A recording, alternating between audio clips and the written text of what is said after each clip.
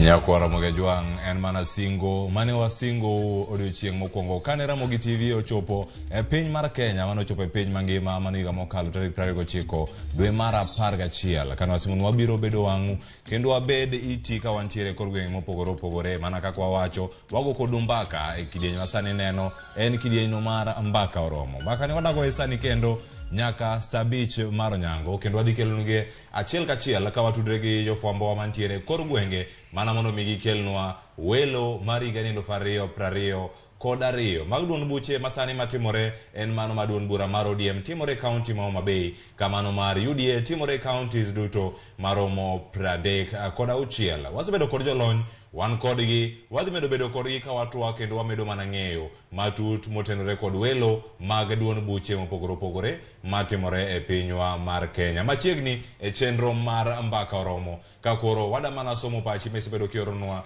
are okinyi nyaka sani. Wantiere achiel kachiel e Facebook kacha mano live iyudo e Facebook Ramogi TV kan be tudri kod kacha Cleophas Oluoch e Facebook mara. SMS line maro bende yudowa maen 336 ka wantiere kar kae. Wada somo ote manitiere kae. Wayudo kanyo Masi Kayaka wacho ni nyachapo wacho mano dongo yudwa yo makare.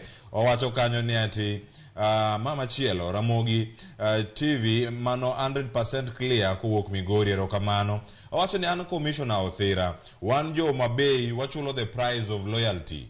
Wache kamano ni ODM paro ni wan inyalo tu kodwa. Wacho kanyo kendo ni wang ni pak jopiny nyaka winji kendo genowa orumo chuth kuom chama kamane kako wache kanyo. Machielo bende wacho ni ema kan Migori yudo yo makare an jono dhiambo ohawa anenu ka wuok Migori e yo makare erokamano ahinya. Janeno moro ka wacho ni rito thapki chako rito chon. Thapki kete mane Ramogi TV idhi yude kanyo koromo kanyo saa 1:45 mar otieno kanyo idhi yude mane Ramogi TV. Ka odiochieng' ma kawuono wanono kendo warango mana wechego chal mara weche mag welo matimore e counties mopogore opogore. Wasewinjo mowuok e county ma Bomet, Uasin Gishu bende ang' wawinjo nikech jafwambo marwa Kristo Wino ni kuro mane kidieny mar Mbaka Oromo. Kaeto ang' waringo nyaka e county ma Kericho kama jafwambo marwa mano Lydia Okeyo ang' miyo watwak yo makare. E county ma Kiambu jafwambo marwa Walter Nyambaga ogo tach kar kanyo. Ka e studio ka antiere kod Joyce kachiel kod Sharon mana ka wakelonu weche manyien mang' tucho kendo ka wuok e gwenge ma opogore opogore. Facebook acha wacho nang'o kapok abiro kendo watieko kod welo ma wantiere go kae. Omondi Center wacho ni STJ Mbaka Kiny wacho ni mit miwuoro mano Ramogi TV. Joseph Nyawanda welo wamora ahinya twaki e ber kendo machielo bende Jalang' Otieno ayudo yo makare. Bernard Demore KE wacho ni postpone nyaka notice machielo mano wacho mano duond bura mar UDA mantiere county ma Bomet mano wacho ni koro gida chungo weche ma welo madhi nyime kanyo. Wycliffe apiche wacho kanyo ni jo odhi mos kata UDA nigi sida lang'o ok timre kaka onagi kuodo wiwa mano Wycliffe wacho kamano. Brian Ochieng ODM onge kama dhiye wacho ni wan jo independent wasetieko welowa yom kata koko onge. Jo independent wacho ni osetieko margi. Wacho ni ODM is the most powerful party in Kenya. David Chiaji wacho kamano ka intiere Facebook acha. Muntu Maxwell wayudo weyo maler ka intiere mbalariany ma Moi Eldoret. Maxwell be sedhi kao kata luto ombulu ne duond bura mar UDA koso pod wantiere mana mbalariany kanyo. Henry Hank wacho ni ok anyal ketho sana ka dhi goyo ombulu mar ODM. Wacho ni jotelo gite osetieko kendo nyaka sani gi confuse mana ji kuma gintiere. Wacho ni nomination is just but a formality to confuse people. Wacho yueyo Ramogi TV ka omi thuolo mar yueyo wacho kod yueyo mana kaka iwacho e Facebook kanyo. Wami thuolo mar bedo gi paro mopogore opogore mane gimomiyo wantiere kae. Nyako Ramogi Juang wadhi nyime kod twak kendo wada mana tieke ka watieko chal mar fwambo biro konyo wado Joyce Oduor to kapok watieko mana paro mogiko kuom wenda mane wantiere go studio kinyi ma kawuono moting'o Mesha Kodede men janon weche mag siasa kachiel kod Churchill Saoke ma bende en janon weche mag siasa kod telo mopogore opogore kidienye mopogore opogore e pinywa mar Kenya. Ada mana chako winjo pachi Mesha Kodede ka watieko nitie weche mag demokrasia mosebedo ka ji ywak e weche thuolo mag welo sani para kata kwa tieko kaunti ma Homa Bay juma manyien odhi e kaunti ma Kisumu weche dibedo nade kakoro wachomo welo machalo koda mano kae timiwa pachi mogik kamano wadhi do bende kuom Churchill. Yes, ka wadwa ng'iyo wachwa mogik e weche mag welo, especially kwa ng'iyo gwenge mag Nyanza kata gwenge mag pinje onagi. Aparo ni nitie oganda ma ok mor, to kata ka ok gin kwanata malo mang'eny, to kik chama ignore, nikech wadwaro kura mar jite, kendo wadwaro yiero mayom yiero mabiro ombulu mabiro mbele kani. Jakom tang'e ni ji ohero kendo onge ng'ama nigi to kuom wach mar gone jakom ombulu. Mak mana ni gwenge ma pinygo bende omata nikech kanye ma dongruok mar jopiny nitie. County government nokel mondo loch obed machiegni gi jopiny kendo gibed gi say e lojno. To ka ok watimo nominations e yo makare, to miyo lojno pod wamayo jopiny kata bed ni county devolution no biro. Mogik anyalo wacho ni weche madhi nyime ang'e ni Migori gi Kisumu pod rito. Weche wa mag ombulu sana polls mwawacho ni omiyo party geno kuom chiwo ne jomoko to weyo jomoko. Ka ng'ata mosebede research inyalo doubt kopo ni all the incumbents, nikech ing'e kama pogruok biro godo Cleophas. Kanye ng'iyo yiero Welo Masiaya, chal ni MCS te odhi okel jomanyien. Mano nyisi gima jopiny paro. To how comes ni MCS te are not popular, but polls mag wabunge to wabunge almost te Luo Nyanza are popular more than other aspirants madwaro kombe gigo. Mano kelo to e weche mag polls go, kabe gin polls madieri kata moka di, nikech polls kotim to nengo bed ni gikikore kamoro mbunge ni is not popular, ng'ama aspirant manyien is popular, kama chielo mbunge popular to opogore kamano. Mano nyalo kelo penjo machielo ni en ang'o miyo komno mar MCA ok mi ng'ato tiko nyalodie. En ang'o miyo kom MCA to ok nyal tim ne polls bende mondo wach ni Meshak en MCA maber kendo en very popular ward ne opeke ground wamiye ticket. Kogike wabunge to watimo polls kendo wachiwo ticket go kamano. But gima penjo maduong' manie chunya en ang'o miyo incumbents te wabunge te ma incumbents kendo ng'eny gi osiepena, ang'o miyo gin te gina popular to onge kata chiel kuomgi madhi e ombulu actually dhiye ombulu nikech samoro nitie ji mang'eny motwe pesa area no, kaka Homa Bay nyisgi ni ombulu ji dhiye mana Karachuonyo to gi Ndhiwa, kuonde modong' te osechiwo tiko.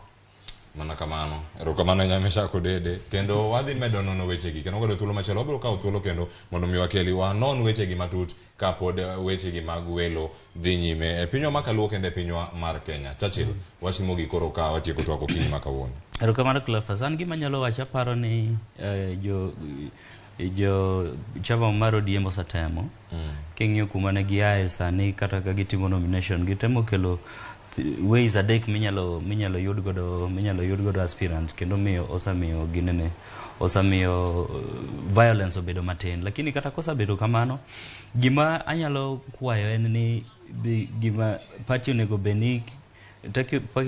beni hakikisha ni jok mabedo selected gin jok ma development oriented, jok mabro miyo party, jok mabro kelo development on the ground. Mano gima muhimu sana, nikech ing'eni samoro yudo ka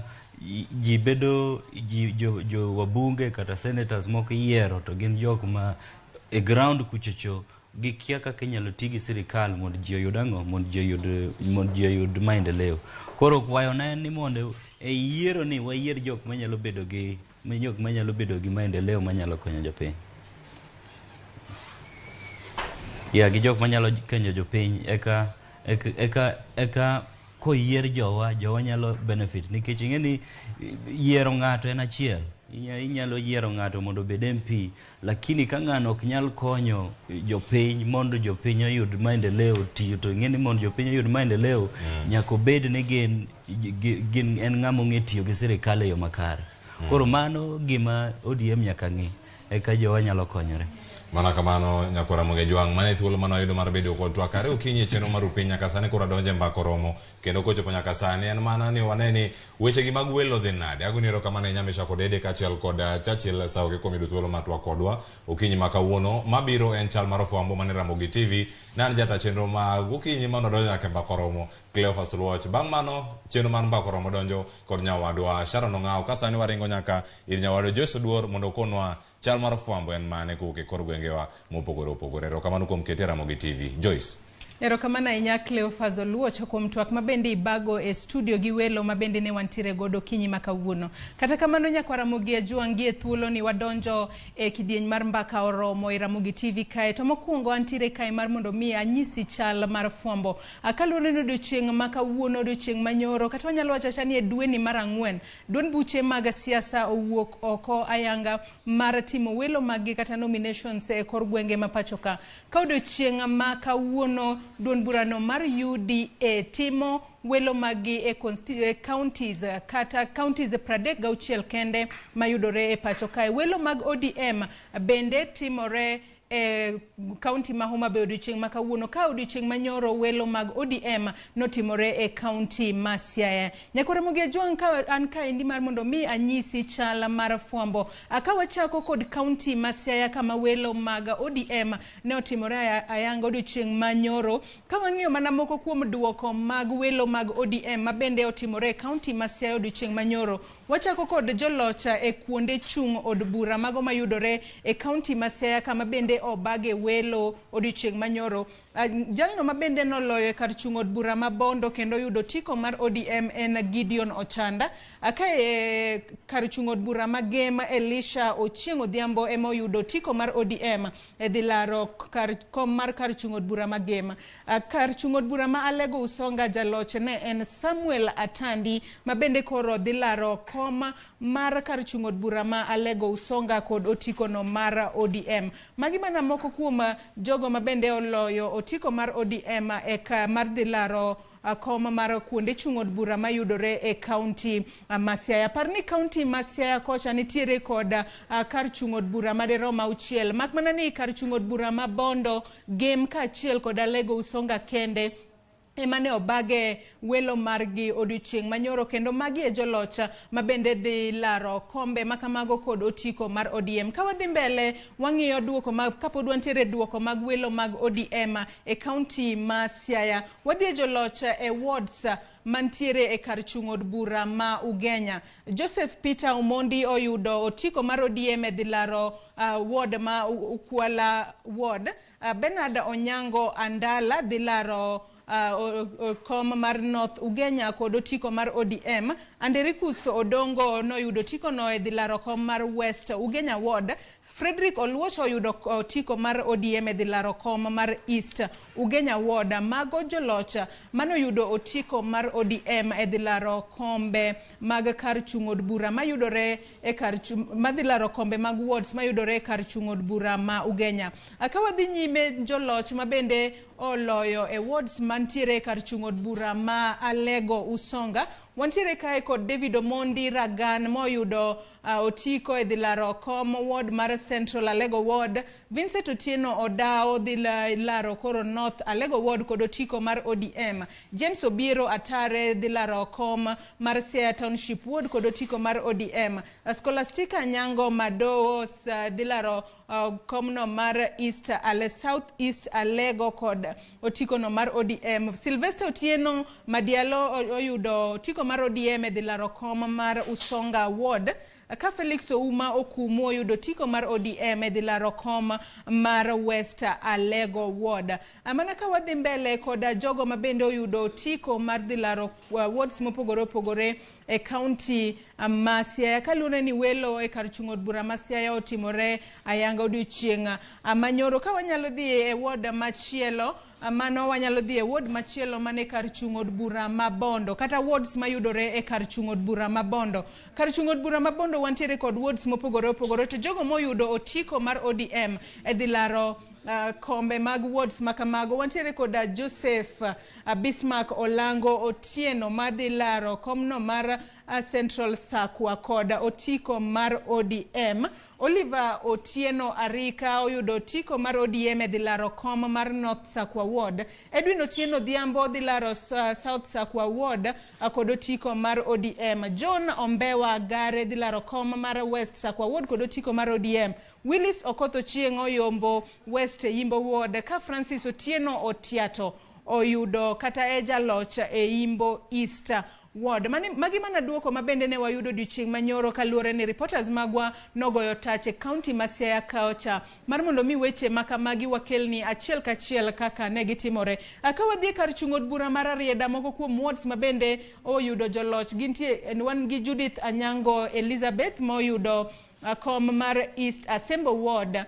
Wan God Buka Washington Bonyo North Uyoma Ward, Michael Omondi Otieno South Uyoma Ward, Mark Okeyo West Assembly Ward ka achiel kod Justus Ovuta Obuya madilaro kom mar South Uyoma Ward kod otiko mar duond bura no mar ODM. Magi tok welo mag duond bura mar ODM mabende otimore odiochieng manyoro e county ma Siaya. Ka wadhi e kar chung'od bura machielo mayudore Siaya kocha, wantiere kod kar chung'od bura ma Ugunja. Kar chung'od bura ma Ugunja jogo moyudo otiko mag ODM e dilaro wards mopogore opogore. Wantiere kod John Otieno Apodo ma oyudo otiko mar ODM e dilaro kom mar Sidindi Ward. Andrew Omwendwe Omolo oyudo otiko mar ODM e laro kom mar Sigomre Ward. Ka Edwin Martin Otieno oyudo tiko mar ODM e dilaro kom mar Ugunja Ward. Magi wards mayudore e kar chung'od bura ma Ugunja mantiere e county ma Siaya. Wanyalo chwalo puoch koda paka ne jogo mabende oyudo loch makamago e welo mabende otimore odiochieng manyoro. Nyakwara moge jong weche mag welo podi wamedo luonu achiel kachiel kaka gituchno e mesawa mar ka weche manyien kalure ne odiochieng makawuono. Reporters mag ogoyo tach e kor gwenge mapacho kae mar mi weche makamago. To koro ka waweyo tenge weche mag welo mabende otimore e county ma Siaya odiochieng manyoro, an medo mana paro ni odiochieng makawuono welo mag ODM timore e county ma Homa Bay. A county ma Homa Bay kocha reporter marwa e county ma Homa Bay Mano Ali Abich biro miyo wa weche matimore Homa Bay kocha achiel kachiel kaka gidonjonwa e Ramogi TV kae. Bende duond burano mar UDA mano United Democratic Alliance mar jalup jatenda piny Kenya William Ruto bende odiochieng makawuono timo welo magi e counties 36 mapacho kae. Welo mabende itimore gwenge mopogore opogore kendo reporters magwa bende nitiere moko kuom gwenge makono. Wantiere kod Eric Owenga mantiere Bomet, wantiere kod Chris Owino mantiere Wasingishu. Lidio Keyo bende biro tudore kodwa kantie Kericho kendo biro tudore kodgi kawadhi mbele kod chenro mar Mbaka Oromo mondo gin bende ginyiswa ni ang'o matimore kama gintiere. Nyakora moge juang nikech ma en chal mar fwambo kinyi makawuono ka bende ne waloso kod reporters magwa ne waneno e county ma Bomet kacha Wilson Sosion manen jagoro mar Nat Machon masani olap dhogendong ne kom mar senator ma Bomet ochwalo ng'ur mare ka koro dwaro ni UDA ochung welo magi Bomet kocha kalure ni kata ulieko ni chenro mar welo no ibiro ok bitim e yo mahuyanga ka ulieko ni nitiere jomoko mabende owuok oko mar kwalo ombulu e welo mag UDA madhi nyime. Mane momiyo mana kaka ineno kapo ni tudori kodwa mbele kanyo ochwalo ng'ur mare ka koro wacho ni welo makamago ok nyal timo odiochieng makawuono kendo opang timgi odiochieng machielo kalure ni odiochieng makawuono ko timgi tinyalo kwalgi kata gimoro ok ginyal dhi e yo kare. Bende par ni odiochieng manyoro nitiere jogo mabende kata UDA disciplinary committee sani koro oselnyiso Norman Nyaga ka achiel kod John Mushiri mar mondo mi obio chop e nyimgi mano chieng ngeso mar jumani kata e giko jumani kalure ni itudogi kod weche mabende otimore nyoro mano e county ma Embu kama bende gigo mag luto ombulu ne ikruok mar welo mag UDA kawuono nyotia e mach kendo wach makamano ok otimore yo makare. Mane momiyo UDA Disciplinary Committee onyiso Norman Nyaga kaachiel kod John Mushiri mar mondo mi obi ochop e nyimgi ochiw ler makare kalure kod tulo kaachiel kod mach mabende ne gitia e gige luto ombulu motelo ne welo mag UDA mabende onego bedni timore odiochieng' makawuono e kaunti ma Embu. Nyakora Ramogi Juang kotudore kod wechegi mag welo ema podi wamedo goyo mbaka e studio kae. Aka bende in kaka janeno marwa inyalo oronwa ote mari e namba mar 23900. Facebook kacha wantiere live yudo Ramogi TV Kenya, Twitter @Ramogi TV KE. Mar mondo mi in kaka japiny bende ichwal duondi ka be ineno ka welo mag duond buche mag siasa madhi nyime timore e yo makare kata oyo, to in bende kaka japiny bende ing'eyo ratiro mari e kinde mag welo kata motelo ne yiero maduong' mabende ibiro baga kochopo kanyo tarik 9 dwe mar 8 higani. Kau kamano nyako Ramogi Juang adwa teri achiel kachiel nyaka ir nyawadwa Sharon Ong'ao mar mondo mi ochaka twak marwa mar 2 e chenro mar Mbaka Oromo okinyi makawuono. Sharon. Erokamano ahinya Joyce Oduor. Nyako Ramogi Juang mana kaka nyawadwa Joyce Oduor oselero. Odiochieng' makawuono chieng' tarik 14 dwe mar 4 higa mar 2022. Welo mag duond od buche mopogore opogore pod dhi nyime kor gwenge mopogore opogore pacho kaendi. Odiochieng' manyoro duond bura mar ODM notero welo magi e kaunti ma Siaya mabende duoko bende nosewuok. Duoko mabende wasechiwo ni ayanga nyaka e chal mar fwambo. Odiochieng' makawuono welo mag ODM oter e kaunti ma Migori. Wantiere gi reporter maru e kaunti ma Migori, Alia Beach, e kaunti ma Homa Bay, ok Migori wagoyo mos. Wantiere gi reporter maru e kaunti ma Homa Bay, kama bende odiochieng' makawuono welo mag ODM dhie. Ka bende obiro bedo konyiso wa kaka chal mag welo dhi nyime e kaunti ma Homa Bay. Par no odiochieng' makawuono bende duond bura mar UDA timo welo magi ka bende gitimo welo makamago e kor gwenge madirom 36.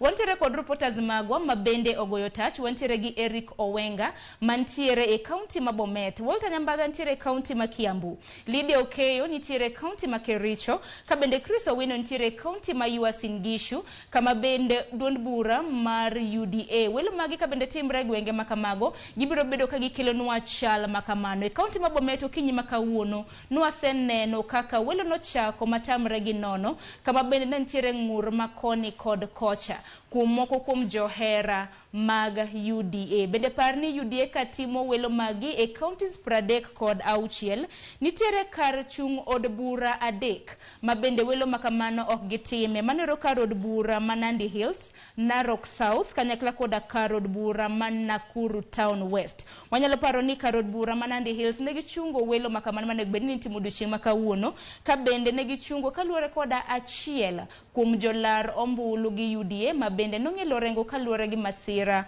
mar wang' apaya. Bende kar od bura ma Narok South gi Nakuru Town West bende welo makamano nochoro nyime kaluore gi chochni makoni kod kocha ma bende ong'ere gi dho ngere kaka mix up ma bende nitiere e otese mag luto ombulu. Koro constituencies 3 makamago welo ibiro time chieng' tarik 19 mar dwe mar 4. Par ni deadline mag nominations kata mag welo bende en chieng' tarik 22 mar dwe mar 4 mar higani. Koro TV mar Ramogi wanakicha mar kelo ni kaka welo makamagi biro bedo kabedo. Bende par ni oken mana duond bura mar ODM gi mano mar UDA kende ema dhi nyime gi nominations magi. Wantiere gi chama mamoko kaka ANC ma bende nochako margi ma bende dhi nyime ka bende odiochieng' makawuono ANC tero welo magi e gwenge mag Trans Nzoia, Narok, Nyandarua, Murang'a, kanyakla koda Nakuru. Bende duond bura machielo manero mar Ford Kenya ma bende ochako welo margi chieng' tarik 12 mar dweni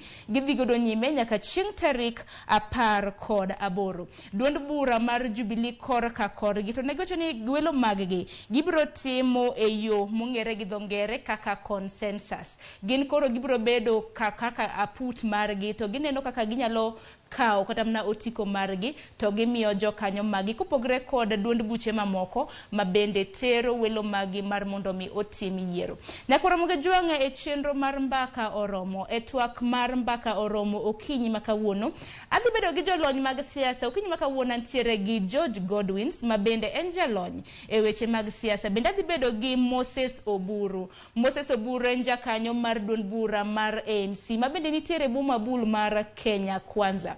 Gina mabende gibiro konyo wa nono weche mag welo mabende dhi nyime okinyi makawuono. Kata kamano gisani antiere gi George Godwins kaindi. George Godwins arwaki ni machiegni. Machiegni ahinya Sharon. Adwoko erokamano kuom luonga ka kendo. Mokwongo yiena mondo adwok mos aoro rambe mara maduong' ne anyuola wede kod osiepe mag manosenindo ambassador Padi Aenda. Nyicha en ng'ama ber ma otaka sipul kabono maber ne en ng'ama osiepna. Koro wakwayo Nyasaye mondo oket chunye kama okwe. Kamano.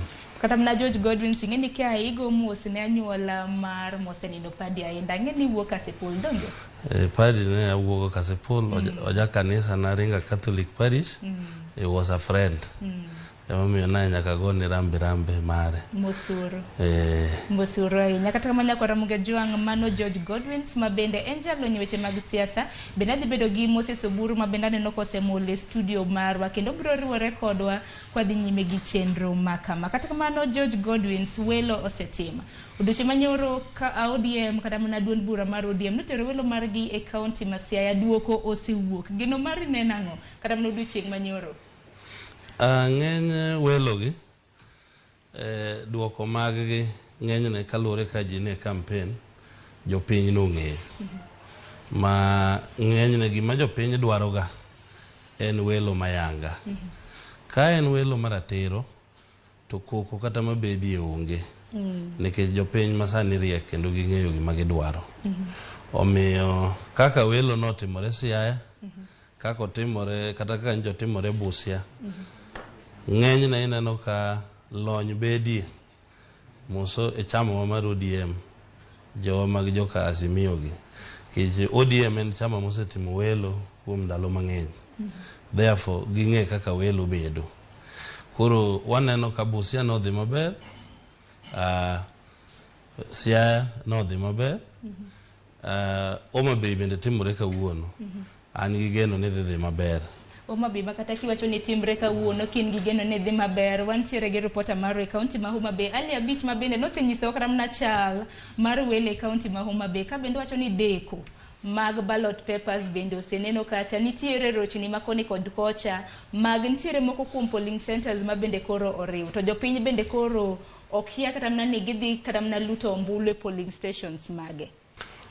Confusion no bedo nikech nitiere polling centers mane oselos chon mag ODM. Kato makosa mobedo okang'eno bedo kuom jo National Election Board koso bedo kuom jochungi wegi ne giloko gini kasa ogik monego dhi tim yiero. Chochni makamano koro nyaka ne bedi. Ma an gi pacha to na paro ni maber manonego gitim en ni manyicho osebedo identified gi patik manonego giweti godo. Nikech sano odong' matin ma ng'ama koro ne nyalo chako chiwo information mowinjore ni yiero koro waloko polling station ni wadwoko kama koro makamano chochni makamano eto na ng'e ni nyaka timre kech no jogi oloko gini sama ok owinjore no nego giwegi aweya but kata kamano pod wan gi geno no dhi timore maber. Kamano. Tingeni kata mana chochni makamano bende makoro osemienje kaunti ma Homa Bay. Wadhi achiel kachiel nyaka e kaunti ma Bomet. Bomet bende okinyi makawuono kaluwore gi welo mag duond bura mar UDA. E kaunti ma Bomet bende okinyi makawuono neno chochni makoni kod kocha mabende osebedo. Ji koro wacho ni otiko kata mana ballot papers mago otese mag luto ombulu jopinye mane godo ntiere kata mana moko mosebedo marked makoro giwacho ni yiero makamano ok dhi bedo mahuyanga manero e county ma Bomet. Moko kuom jodak ma Bomet mabende nyawadwa Eriko Wenga mabende naloso godo mabende nobiro achiel kachiel e TV koro wacho ni gin koro gidwaro mar mondo mi welo ochungi. Bende paro ni gima kamano nyalo timre kinde makawuono. Par ni UDA bende en mano odiochieng' achiel kende ma bende gitimo kata mana e welo maggi. Ok na cha UDA. To welo mar UDA ok dhi bedo maber e Kenya mangima. Gimomiyo ok dhi bedo maber chal kama. UDA en mana chama mano ket nyoro. Ok en chama mosebudho, mosetimo kata welo. Madang wawach ni koro dhi timo welo yo makare. Welo mar UDA pod nyaka bed gi chochni. Kendo mana chochni motimore marach. Nikech pok jogi ong'ega. Ni to welo ni itime gi kanye to tabu ne bedo gi kanye. Omiyo anyalo koni kan gi chir ni ang'eyo ni welo mar UDA e Kenya mangima bedo ni pok gibedo gi experience moromo matters mag nomination mage. Ok ane ka welo mare dhi bedo gi kwe ahinya e Kenya mangima. Erokamano ahinya. Nyakwa Ramogi Ajwang' par ni nyalo riwori kodwa kwadhi nyime gi twak makamaendi kaluwore gi SMS namba marwa ma en 236000. Yoro ote magi kaponi nitiere kaunti ma Homa Bay, gwenge ma bende nominations kata welo makamagi dhi mbele. Inyisowa ni en ang'o matimore kata doko ni wantiere gi reporters magwa mantiere gwenge mopogore opogore. Par ni mbui mar Facebook bende wantiere live. Yudowa e mbui marwa mar Facebook @Ramogi TV Kenya. Mbui marwa mar Twitter yudowa @Ramogi TV KE. Abenya kwa Ramogi Ajwang' inyalo tudri koda e mbui maga duto te iyuda @Sharon Ong'aw. Yena mar mondo miasomo kuom ote ma bende donjonwa okinyi masani. Abro chako gi mbui marwa mar Facebook. Aneno Elfas Adido. Iwacho ni orero polling station jopiny osepong'a. Boss Sakam Navigation iwacho na winji mayom ka ntiere county ma Homa Bay. Iwacho ni yiero dhi nyime ka bende iwacho ni geno ni yiere county ma Homa Bay idhi time yo makare. Ouma Oriema iwacho ni Ramogi TV an Ouma Oriema mar Ogaka School. Aneno makare wan kaka jo-Migori warito welo maro. Nyakwa Ramogi Ajwang' par ni welo mar ODM e county ma Migori ibiro tim ayanga chieng' wuok tich mar juma mabiro. Nyakwa Ramogi Ajwang' med oro mana ote. Wabiro neno ni wasomo moko kuom ote ma bende ioronwa okinyi makawuono. Katika mano yienwa mar mondo mi wakaw yweyo mokwongo e chenro mar Mbaka Oromo. Waduogo koda twak kik dhi mabor.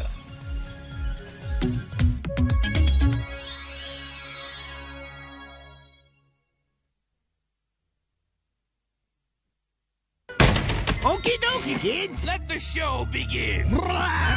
Kids are home, and it's time for them to explore. That's what I'm gonna do.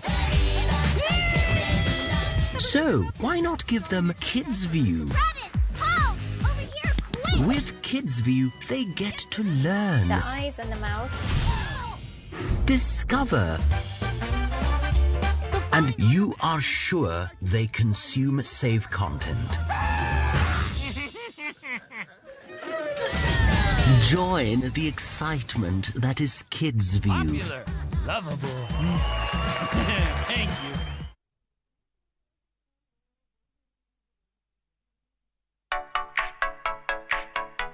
Ka idwaro yiero ngwacho, many ngwacho motegno kendo mochwiny. Kik ibed gi rangi maricho kendo kik iyier ngwacho mosebarore.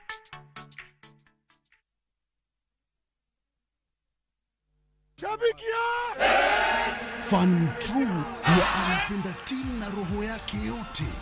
Fan True atafind njia za kuwatch game hata iwe nini. Fan True atafanya kitu chochote kuonyesha devotion kwa timu yake. Kuwa Fan True ni kusupport timu yako kwa udi na uvumba. Liwe liwalo, juu kama una doubt timu yako, we si Fan True. Mimi ni shabiki. Je, wewe?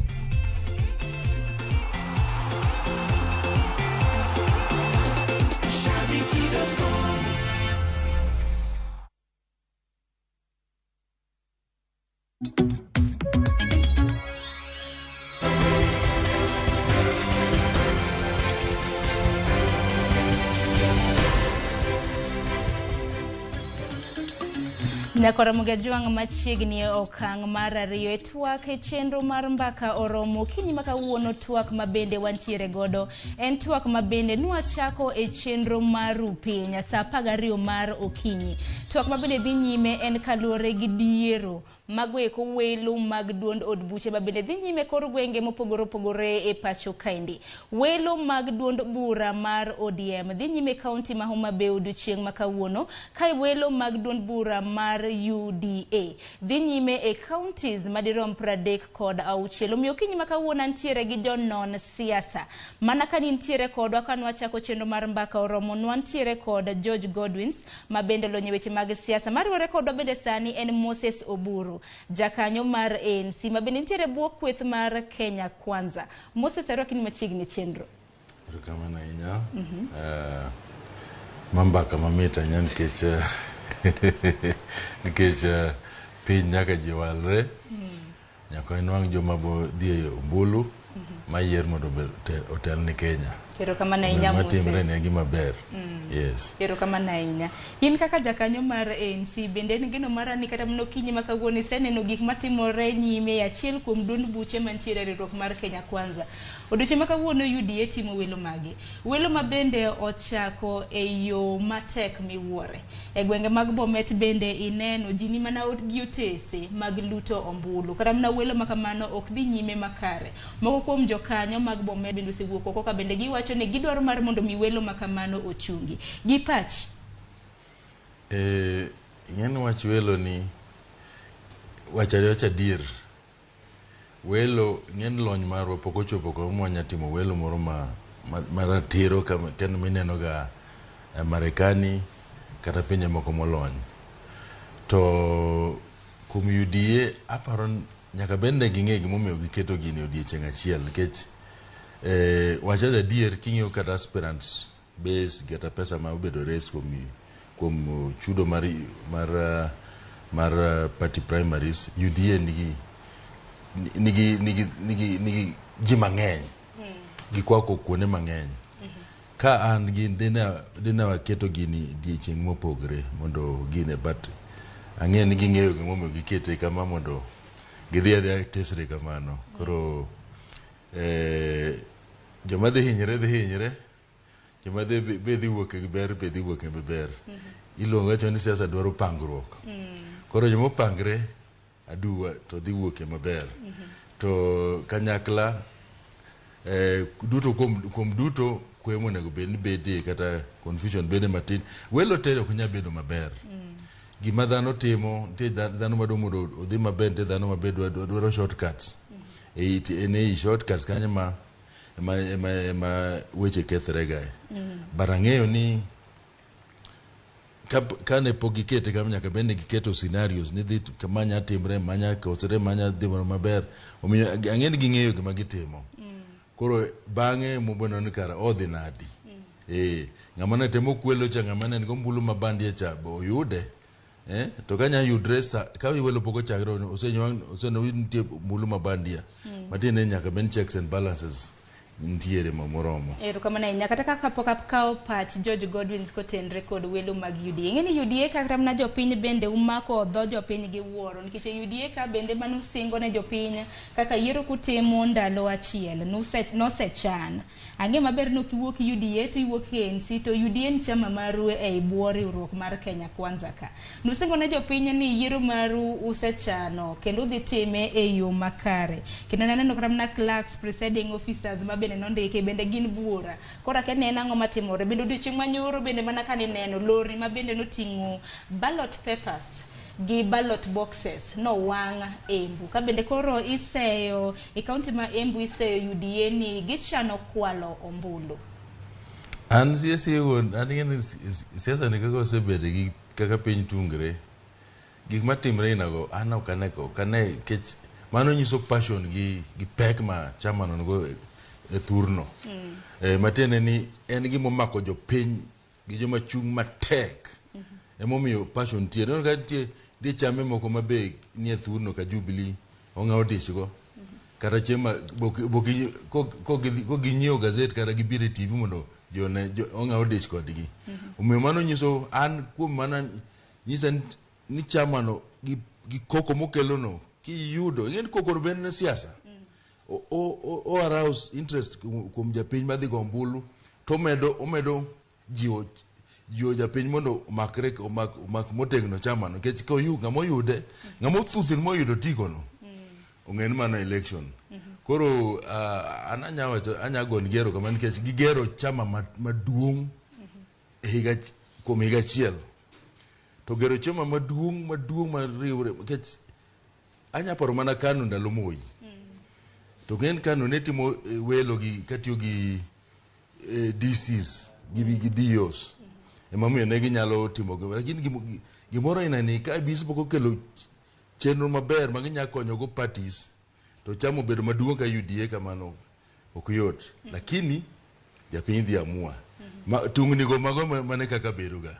kama siasa mitie makoro tungni kosebedo kanyo no se wang ballot papers mana kaka George Godwin ni neno kano se wang ballot papers e gwenge mag Embu okinyi makawuono bende Bomet bende chochni tungni makoni kod kocha no bede akani radhi bedo nang'e ndalo achiel in gi pachi kata mana kiparo welo mar Jubilee neno kidhi chunge koso ineno ka e gwenge kaka mano wang'e ballot papers go nikech ballot papers ka onge kaka inyalo yier jachung wang' no gik seche moko mbele ka an gadier ni welo mar UDA biro chungi gimomiyo idhi chung welo mar UDA chal kama ing'e nitie gik moko ariyo e piny ka mamiyo mirima mar dhano idho ahinya kata dok piny achiel kuomgi en opira mar ariyo kuomgi en siasa iyudo ko opira samoro joluo nogo ngero ne ka owadu onge kata dhako to in ga uchiel to kinyal kata miye achiel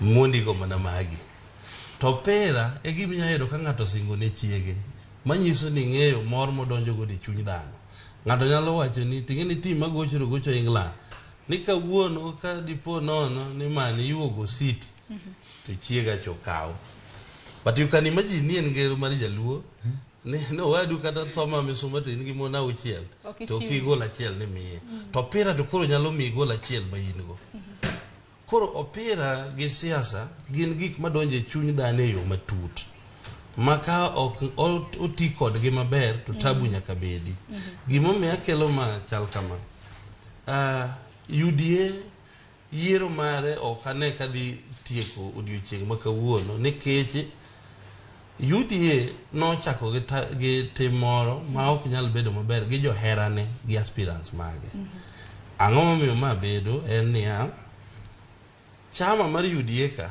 samoro joherane ong'eyo kaka itaye nochalo football makati ilo gi handball tinyalo kwan kata ka dipo nono ni ilo gi koro gi dhuluo luongo ni offside tinyalo kwan koro ok wanyal bedo gi yot ahinya e welo mar UDA kech ng'ato gombo niya olo kata gi handball ni olo kata gi offside goal no tek no net makata ng'ato nyalo ting'o opira no ka ji ok ne to kete e net ibiro kwane ni en goal magi ma aspirants ong'eyo magi ma en jopiny ma bende chwako chama mar UDA ong'eyo tiende ni kiwegi ni mondo yiero timre onge ng'ata maparo ni mondo yiero ni obed gi process ng'ato dwaro ni yiero rum the end justifies the means koro tiende ni ka wang' gini odhi nyime jogi te ng'ato gombo no koti mondo lande e harakati ni itugo gi emotions mag jopiny ji nyaka gore nikech hera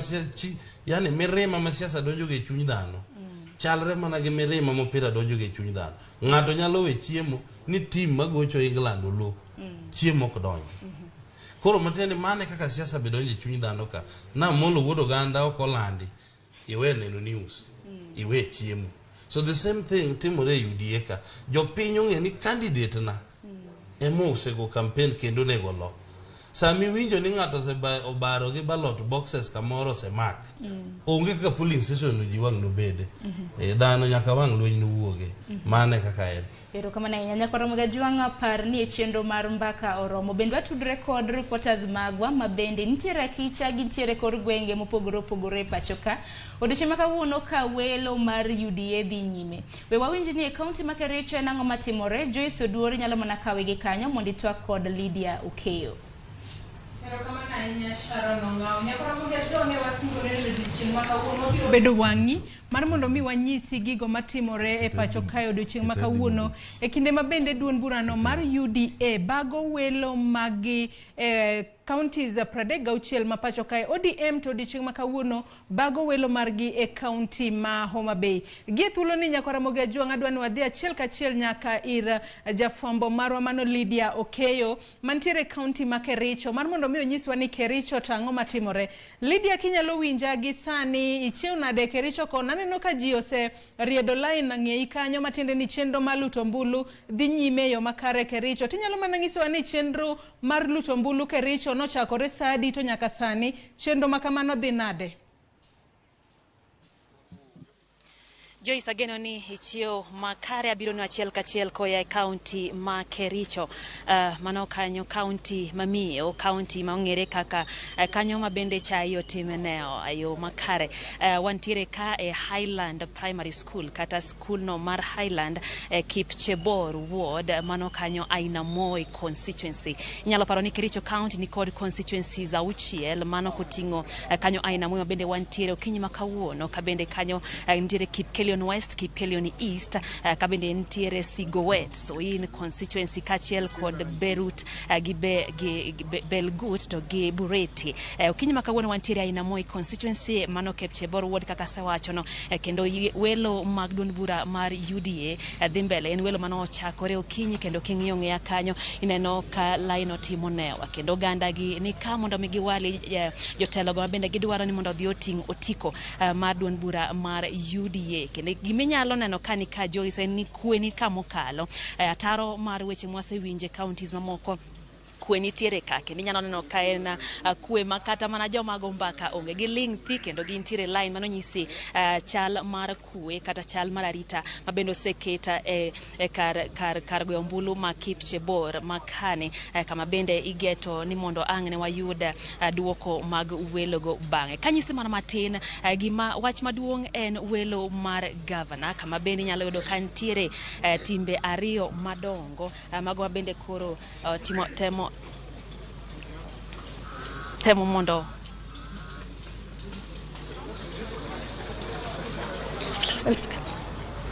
Lydia, wagoyo mos ahinya kuom ng'ikruok e tudruok. Tinyalo mana dhi mbele mar mondo mi ilernwa ni gin kombe kaka mage ma jodak e county ma Kericho kawuono lute ombulu e welo ma bende dhi nyime?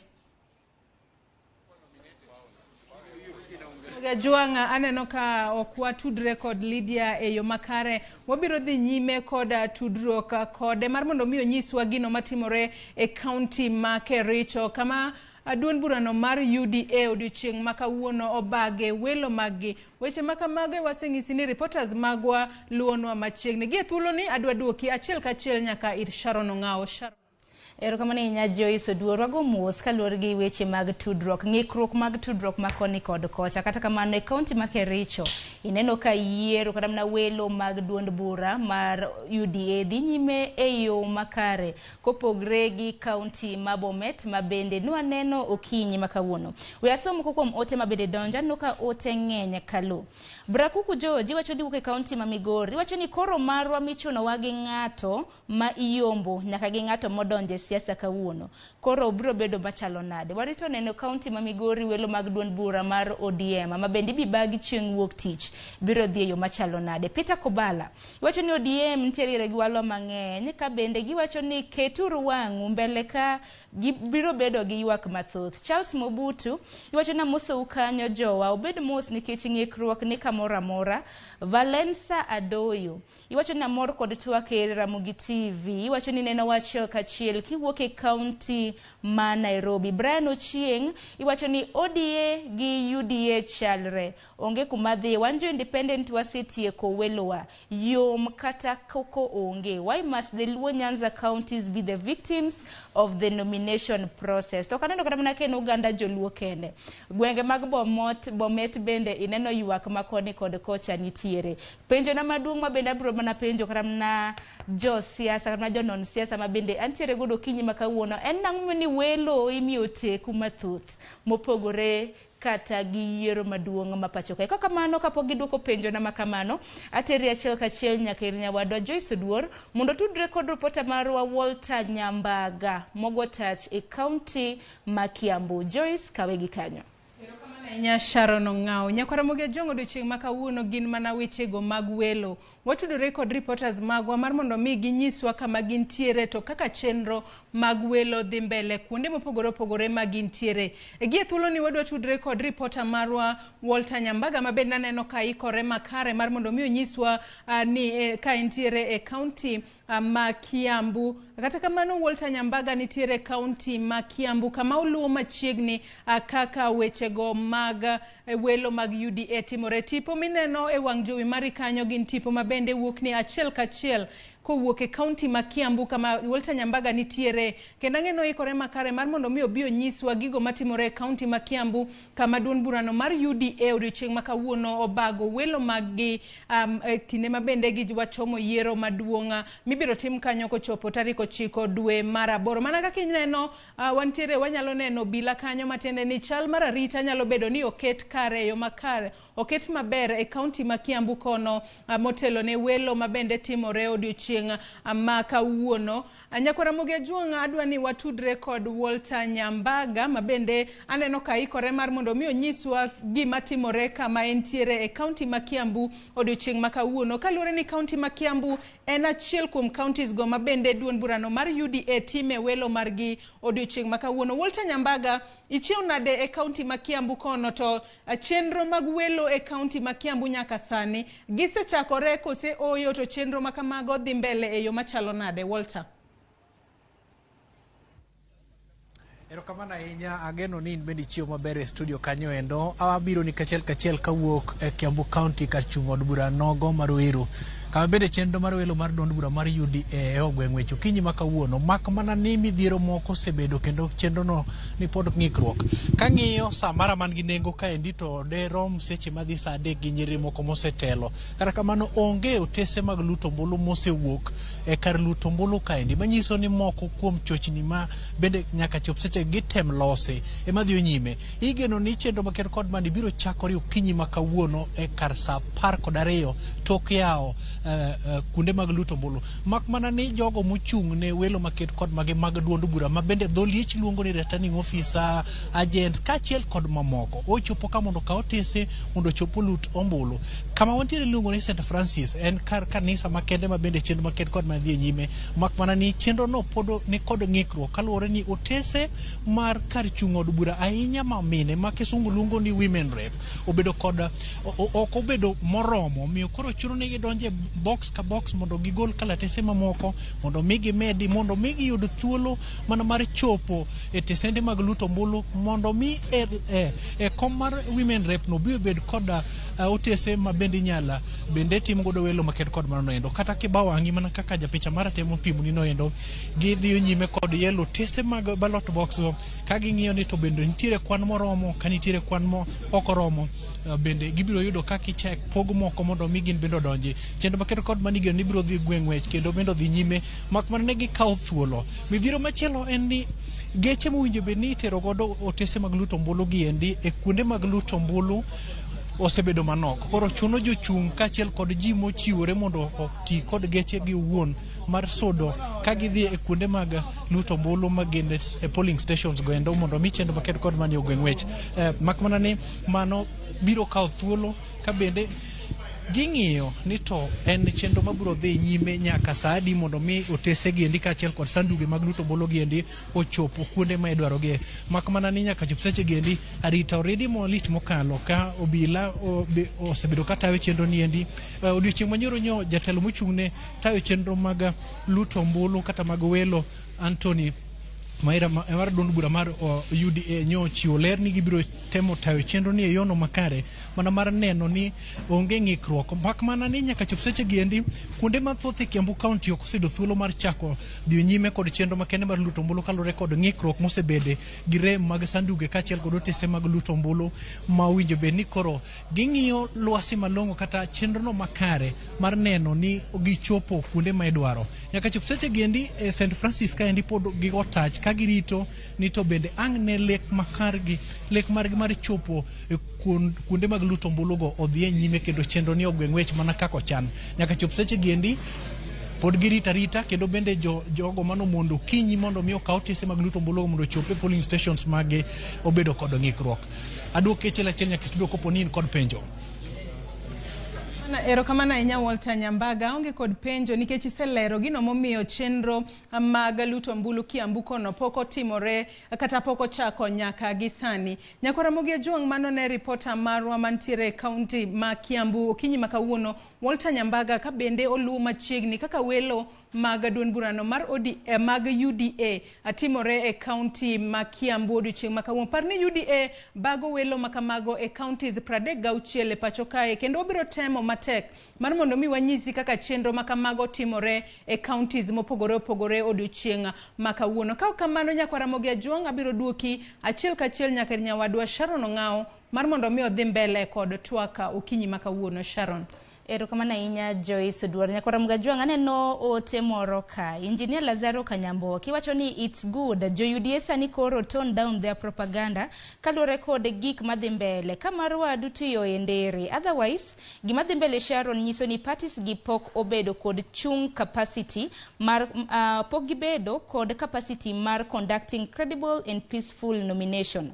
Both parties are often using nomination tickets as a prize to reward loyal members, which isn't good for democracy. Nying ODM madiere ntiere gi democracy, nying UDA madiere bende nigi democracy. Yawa ena ng'omok timre. Iwacho ni Lazaro Kanyambok mar Kariobangi ja Ugande. Medameda chwalo ote magi pachi kaluwore gi welo mag UDA, ODM, gi duond buche mamoko mabende dhi nyime kor gwenge mopogore opogore pacho kandi. Parni kiruri kodwa e studio twak marwa mar Mbaka Oromo antiere gi Moses Oburu kanyakla gi George Godwins. Ntiere penjo moro mabende na penjo George Godwins gi Moses Oburu kapok nwakaw yuyo matina. Na penjo ni enang' momiyo ni welo diere mitimo welo mag parties mag duond buche ntiere koda koko mathoth welo koro chalo ka gima en yiero maduong'. Nang'o meni mano bedo kachako kodi Godwins? Welo marwa nyaka samoro bedo gi chochni kaluwore gi wach machal kama. Usiasa magwa mapod wago Kenya ka wagogi e dhoudi. Teni kawuono ng'amo yudo tiko Uasin Gishu chal motiko no isedonjo like 90%. Maji gone cham. Maji gone cham. Teni kawuono ka in go tiko mar ODM e kama duond bura mar ODM nie gi pek kaka Nyanza. Teni kisemiyo tiko ni to in ga tamalo moro misedonjo godo man malo saidi matene chal ng'ama rito confirmation chieng' ma IBC biro. Mae momiyo yiero maduong' ma jogi timo kawuono en welo mitimo. Tene ng'ama odongo tiko mar Uda Bomet chal misedonjo irito mana mondo joko confirm. Emomiyo welo ne samitime to ji gore saidi mondo mi ng'ato nwang'e kech kenwang'e te chalo ng'ama osedonjo tiendi achiel modong' oko. Koro mae kelo koko ka. Mag mana ni tabu mabedo sa welo gi. En ni chama bende dwani mondo o reward loyalists magi. Tene kae japiny neno ni ng'ane tiyo matek. To chama bende cheche ni ng'ane cha owinjo gi chama kendo timo gi ka chama dwaro. Mama bende achiel kuom gik ma chama wuon poko ka mondo onyis jopiny e yo mowinjore. Nikech an gadie ni koko welo ni koko ok nyal bedi. Chama machalo kata kaka marwa kaka mar ODM wasetimo welo ndalo mang'eny miwuoro. Monego bed ni sani ka watimo welo to kata koke mok bedie. To bende waseneno ka koko ko bedie. Donge ne kuonde mosetime welo gi ok aseneno kama koko bedie malich. Manyiso ni chama machalo ODM koro wan gi experience morom mane wanyalo timo godo welo makoko kubedie. To ena ni samoro nitie gik ma party okunyiso japiny chon mondo chunye obed godo gi ng'eyo. Kich party biro wacha ni wang'iyo jenda. Kich wacha ni sama ODM biro submit list mare ni IBC nyaka bed ni o achieve two-thirds gender rule. Inano mateni kao ko achieve ma to samoro wat ka list no IBC nyalo reject. Onegi sensitize japiny chon ikone ni uto karuka ok wayier based on ng'ama tiyo matek kata ng'ama go campaign. En gima late to nego bed adiera. Koro japiny ong'eyo ni wan to e constituency wani, wan to e county wani wayiero jenda. Ero kama na inya Moses Buru pachi na umeni nominations bedoga kendo giridore matek matamre gi nono. Mokwongo ng'e nominations kama party osegerore kaka ineno ODM mako Luo Nyanza matek kipato of Kisii, UDA mako piny Lang'o gi piny Atwara malo ka. Jogo se invest, jogo se campaign, gise keto pes, gise invest kabisa e gero chama no.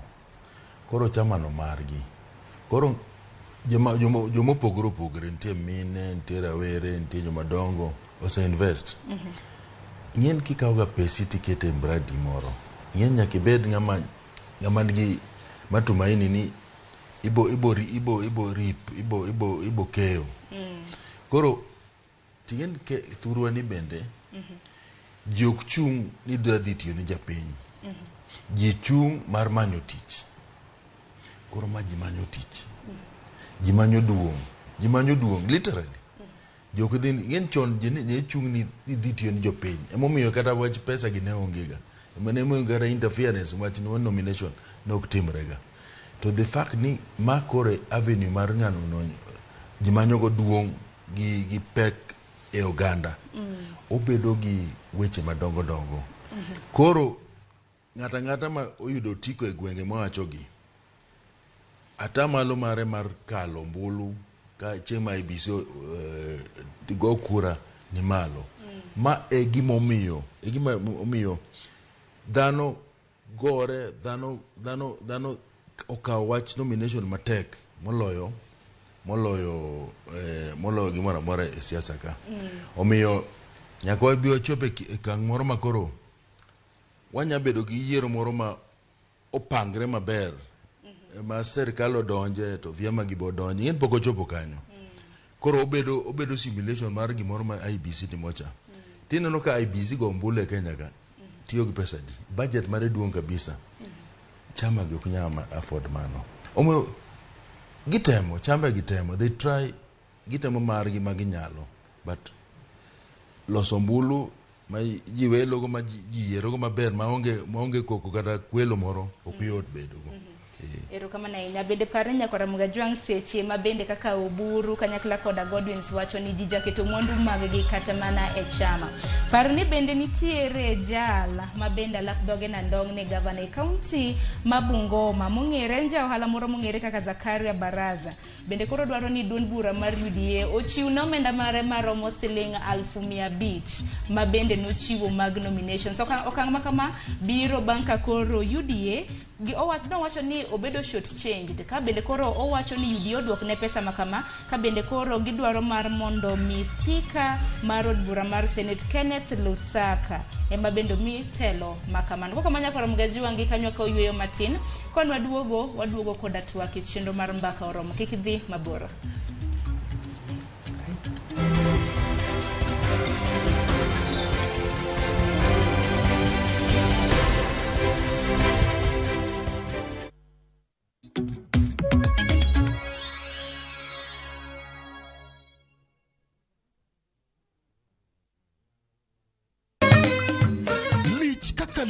Liet kaka liet, gwere to dhi. Userito gi aming'a, koro wabiro. Pasaka mawang'ni dhi bedo mopogore kod pasaka moko te. Jolendo marahuma kendo mohero biro bedo koda tudruok achiel kachiel kowuok e boma ma Kisumu. Tiedero, Mbak Ndalo, Ramogi Night, Thum Dagmor, Ngoma Oake kod Injili Kalo. Ramogi TV, kete manaka.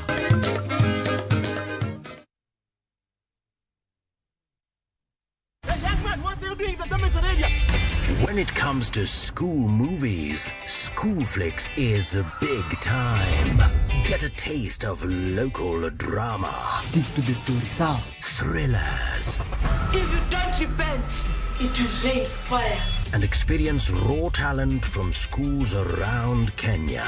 Embrace Kenyan. Watch Kenyan. I saw someone who looked like me. School Flicks on View Sasa.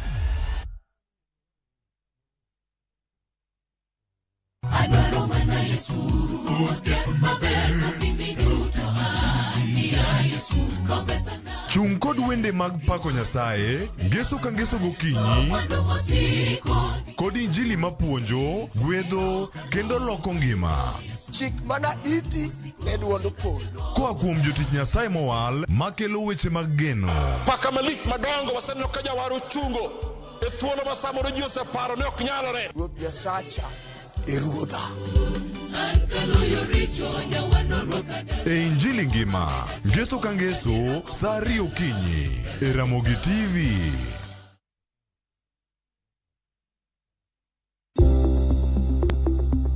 E kinde ma wantie sani, chal mar ngima osebedo achiel kuom ratiro mar dhano. Koro mabor, imedo kilo 10, nikech kimedo kilo, timedo bor. Omiyo wanuoyo kendo watimo nonro matut kaka inyalo rit ngima. Sani giwacho ni 32% of population e Kenya ka nigi tuo depression. Nikech geng'o ber moloyo thiedho. Kik wajoma mine watigi antibiotics kuponi laktar okondiko ni. Kikelo ni kod jalony marwa Ruth Otieno. Penj laktar. Wuok tich nyaka tich abich, saa 12 mamidhiambo.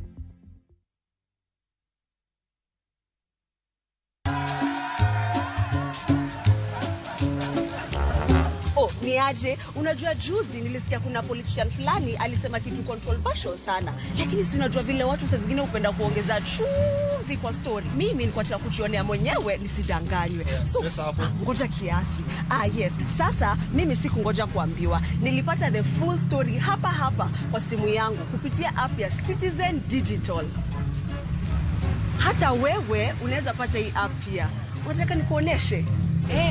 Stay informed on all the news and events as they happen across the country, the continent, and the world at large.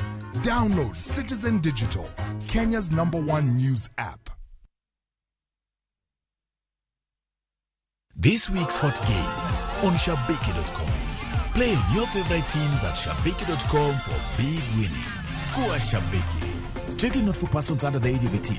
Betting can be addictive. Play responsibly. Shabiki.com is authorized and regulated by the BCLB. License number 305. Shabiki.com.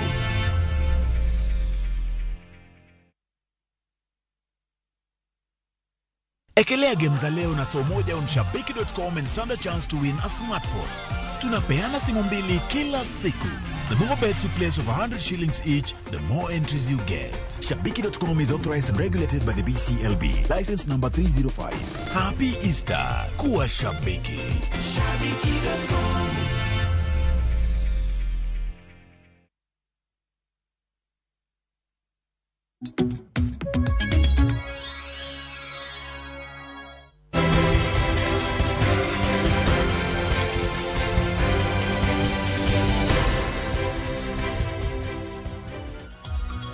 Nyakoro Ramogi wanga wadhi nyime gi twak chenro en mar Mbaka Oromo. Chenro madhi nyime nyaka saa 5 mar onyango. Kinyi maka wuono watwak otenre gi welo mag duond buche mabende dhi nyime.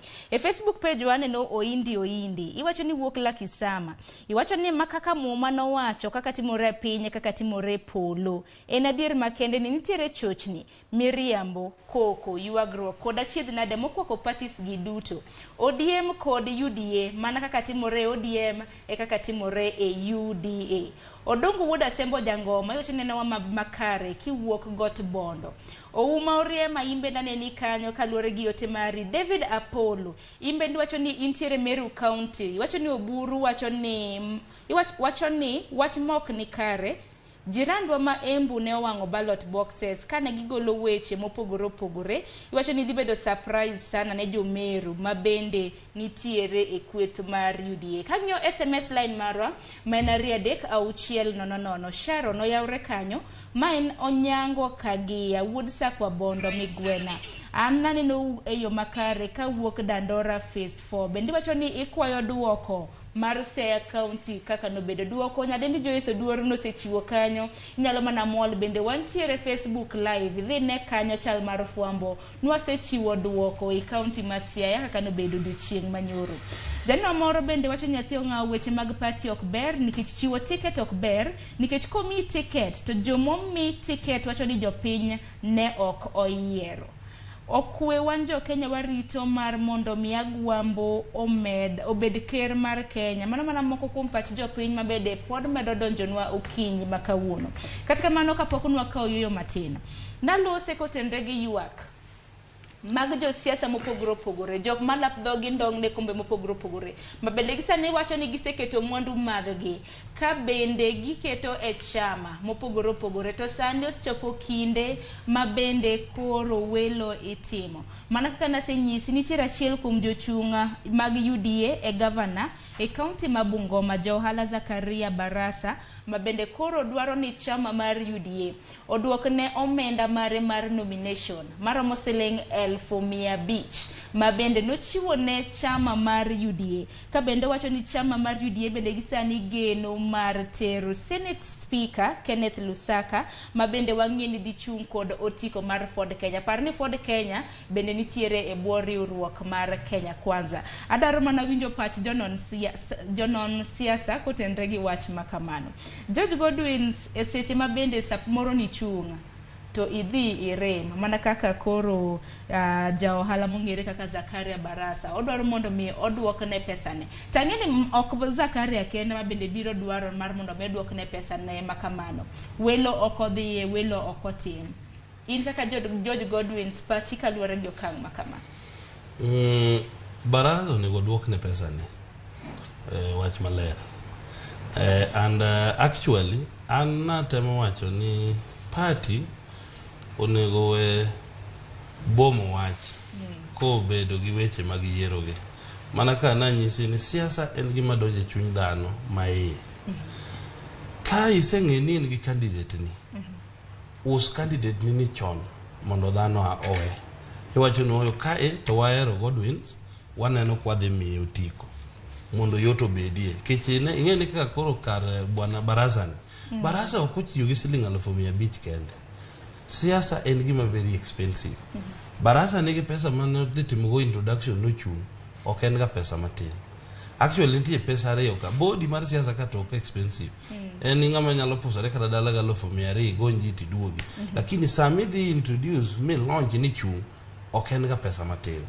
Omiyo an kae to podo kaneka awinjora gi chama gi obed marwa mar ODM ni kata obed mana mar UDA. Ka nitie kaka un gi mpango kamoro adiera seto ji thuolo wachne ji niya ka en kata kaka Kabondo Kasipul for example kon ji ni kato wa choose gender ka ng'ama dichuo kitwe pesa ni mono piem kendgi winjo nikech wang'e ni gigi nie katiba sani mono piem kendgi na asin koro wang'eyo ni ng'ama dichuo matero pesa ka onge nikech wang'e ni for example kata ka en Kabondo Kasipul to wa balance kod agenda wadwaro ni ng'ama miye ma mondo dhi maka kiny watero list ne IEBC to wayudo ka wa meet the 2/3 gender rule ok wakale. Koro kaka case mar Barasa ni ka jogi noseng'e nohero Lusaka to ne gitame nooyo Lusaka nigi weight maloi to se wacho no dhi chung. So therefore mago chike gik ma party chikego osekal gi ne party kanyo.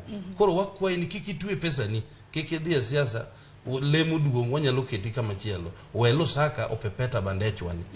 Ero kama na Nyamusis benda ang'eyo ni kata mna chama mar UDA bende ochiwo tiko manyalo dia kata mna gwenge mopogore opogore bende koro Barasa bende ywak matamre gi nono ka koro na onyise ni mondo owe ringo e gavana makamano mano ma Bungoma mondo chiw thuolo makara ne Ken Lusaka to kuonde mochiw kata mna otiko manyalo dia gi bende ber kata ka chama duoko kopogore kata mna gi UDA kende kata mna mago ODM duond buche mopogore opogore ber ka chama duoko pesa mag nominations koso oyo gi pachi.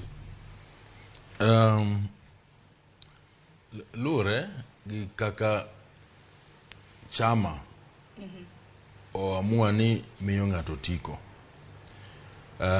Kanise chulo pes nomination to chama bagi giwacho ni gidwa choose ng'at achiel kigin ka gitiyo gi formula gi ma ok en ombulu mogo gi japiny e Welo.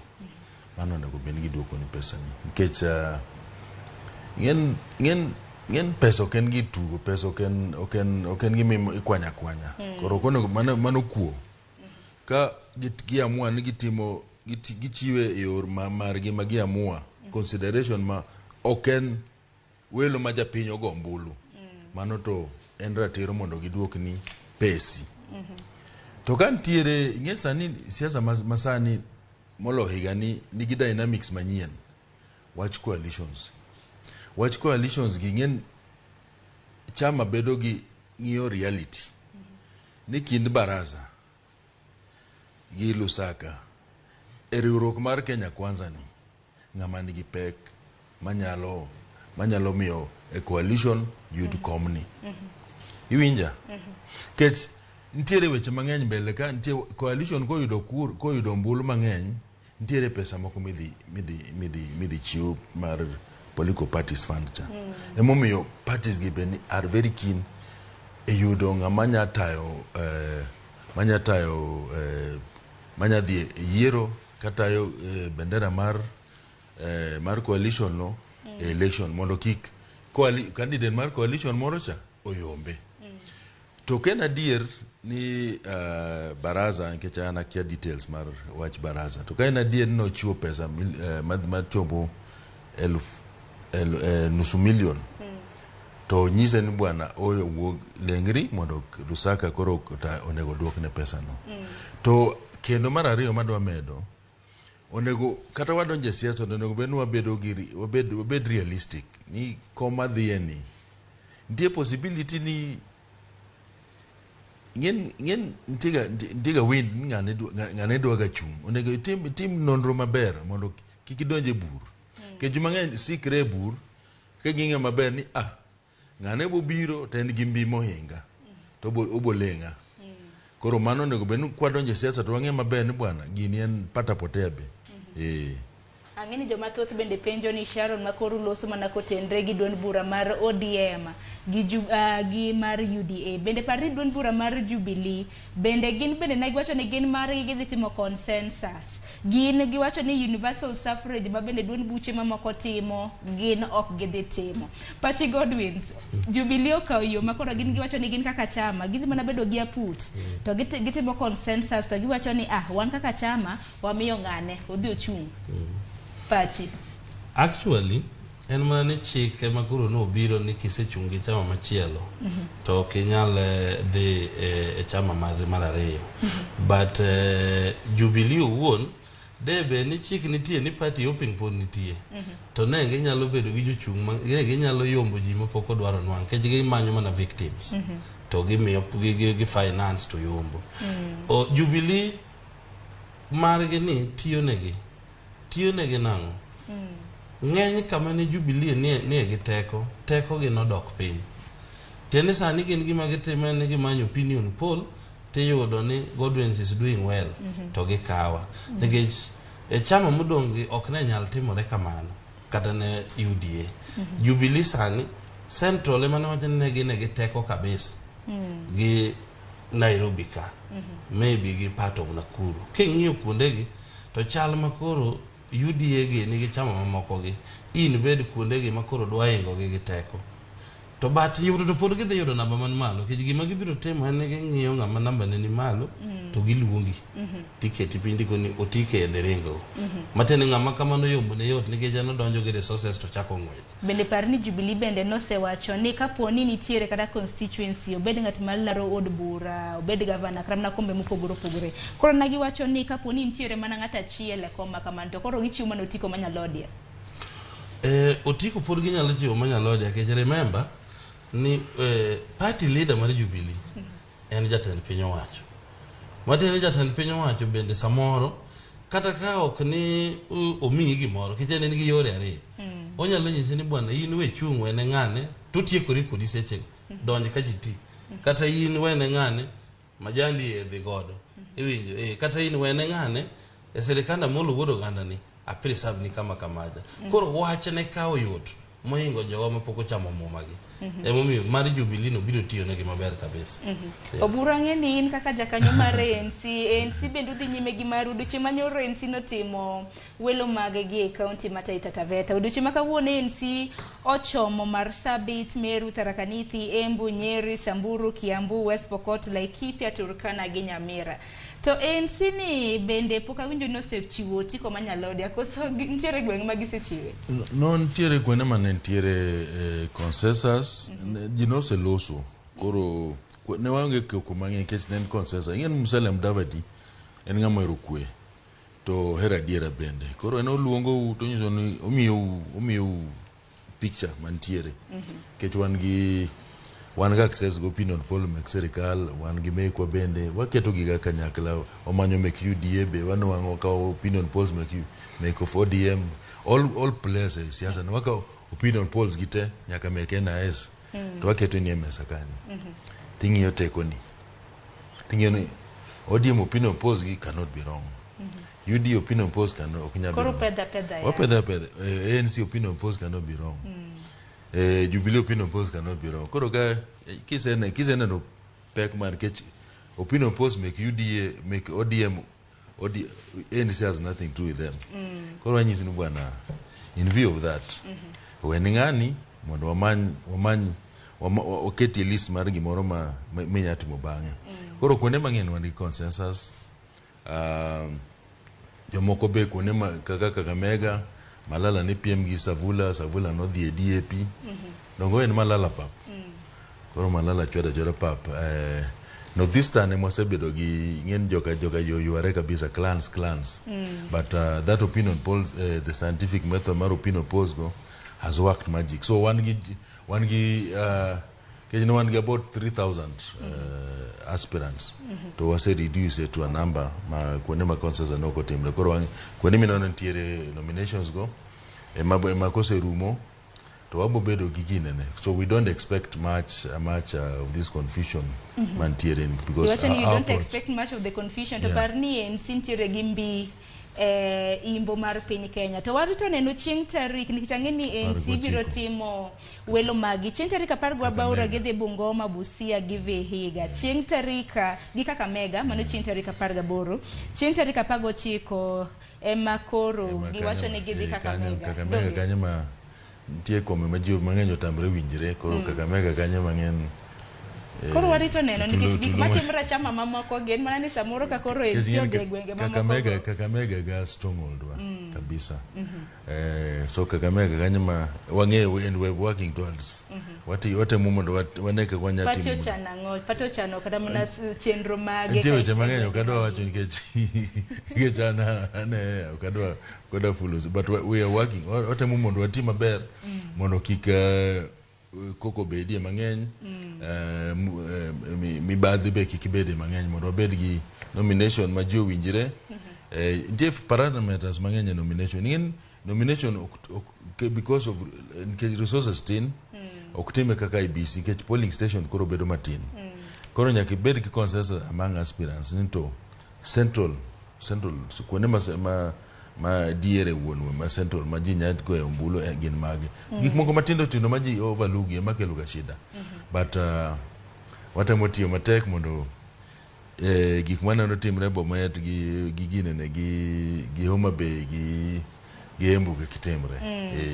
Pero kama na inya nyakora mgajwanga parni podi medo oronwa ote namba mara SMS ariade ka uchiel no Facebook acha wantiere live video Ramogi TV Kenya, Twitter @Ramogi TV KE. Abinyalo tude chel kode mbui magadutote iyuda @Sharon Ngabro somo moko kuom ote mana kaka nase singoni ni chenro mar Mbaka Oromo. Seche mabende ioronwa ote ponono ni intiere gwenge mabende welo dhie. Inyalo mana nyiswa gik matimore e kaunti ma Homa Bay odiochieng' ma kawuono welo mar ODM timore. UDA bede timo welo mag gi e counties mopogore madirom 36 mantiere e pacho ka. Bende wantiere gi reporters magwa mana kaka ni senene chakruok mar chenro makama. Reporters magwa ogoyo touch gina kicha mar mondo ginyiswa gik madhi nyime e counties mabende gintie. Acha koda SMS line marwa mena riadek auchiel 00. Ramogi TV ana odongo oko kane gwenge mag Bondo. Welo notimre maber erokamano ahinya manen kaluwore gi welo mag ODM mabende notimre e kaunti ma Siaya. An Walter Onyango obera kabuoch. Gige go kura pok odonjo, koro weche ODM otamo wangwa, waol gi rito, giwachnwa wadhi miechwa mondo wawere gi pati. Mano achiel kuom paro mar janino marwa kaluwore gi deko mag gige luto ombulu mabende owacho ni e gwenge mag Obera Kabuoch gige kura pok ochopo. Bende wantiere gi ripota marwa Ali Abich mabende kodhi nyime gi chenro makama obiro mana nyisowa gik madhi nyime e kaunti ma Homa Bay. Dan Joel mar Madundu, welo mar ODM otimore maber Siaya, South Uyoma Ward Wamorgo, Anchali mawuok Game Kambara, kwa ni jotelo mawuok South Game, owere gi lawruok, otuom polo tibim, abiro konya sa aboro, akene kanyite iwacho nango, tiniwacho mana kanyo ni iwacho ni wuok Game Kambare. Koro nyalo mana nyisowa kaka nobedo. Amor mang'eny nikech ochanda odok kana chieng' rus. Ochanda odok oyudo mana otiko to bing'eni yiero bende pod ni mbele ka. Otiko mar ODM mana bende no yombo. Koro yiero bende ntiere josiasa mopogore opogore. Koro bang' yiero tok August tarik 9 dwe mar 8 mar higani ema obiro ng'eyo manumu gi motuo. Ramogi TV, good morning. Siaya ka wadhi timo ne jo direct tickets gima watimo ne MCAs, watero independence lilo, mano women rep, governor gi senate, mano pachi. Sharon nawinjeyo makare, iwacho ni yiero gi ok opang maber ka ji omonde polling stations to gik moko pok ochopo. Naneno gigi kata Siaya an Omondi Jim. Erokamano ahinya Omondi Jim kiwuok achiel kachiel e kaunti ma Homa Bay. Kadonjo e mbui marwa mar Facebook, parni mbui marwa mar Facebook wantiere live, inyalo neno wa achiel kachiel kata kidhi nyime kod tije magi okinyi ma kawuono. Abiro chako gi janeno marwa Jacob Zuma Otiende, iwacho ni iwuok Ojola, Kisumu West Sub County. Sharon aneni makare, wan warito marwa tarik 19. Parni welo mag duond bura mar ODM mitero Kisumu manero chieng' tich ariyo mar juma mabiro. Wabiro neno ka bende giikore yo makare, jo Kisumu bende uikoru ne welo makamano. Wabiro neno chieng' tarik chieng' tich ariyo mar juma mabiro. Rasa Wino Makanodi iwacho ni wuok Game Ulamba, iwacho ni neno wa e yo makare. Jacob Zuma Otiende iwacho ni wuok Ojola, Kisumu West e county ma Kisumu, ineno wa e yo makare. Josephat Woodley Gala Ochieng iwacho ni neno wa yo makare kiwuok Kayole, Matoponi, Boston. Bende to kunyiswa kata mna pachi kaluwore gi welo mabende timre e yo makare kata oyo e gweng' ma intiere. Kanyakla koda paro mag welo mabende dhi nyime okinyi makawuono, inyalo mana chwalonwa achiel kachiel. Ouma Oriema, Ramogi TV iwacho ni wuok Ogaka School, ineno wa yo makare. Iwacho ni gima jo UDA osechako to penje na osiepna no ni asayo duoga Azimio. Moses Oburi duoga Azimio koso mano penjo.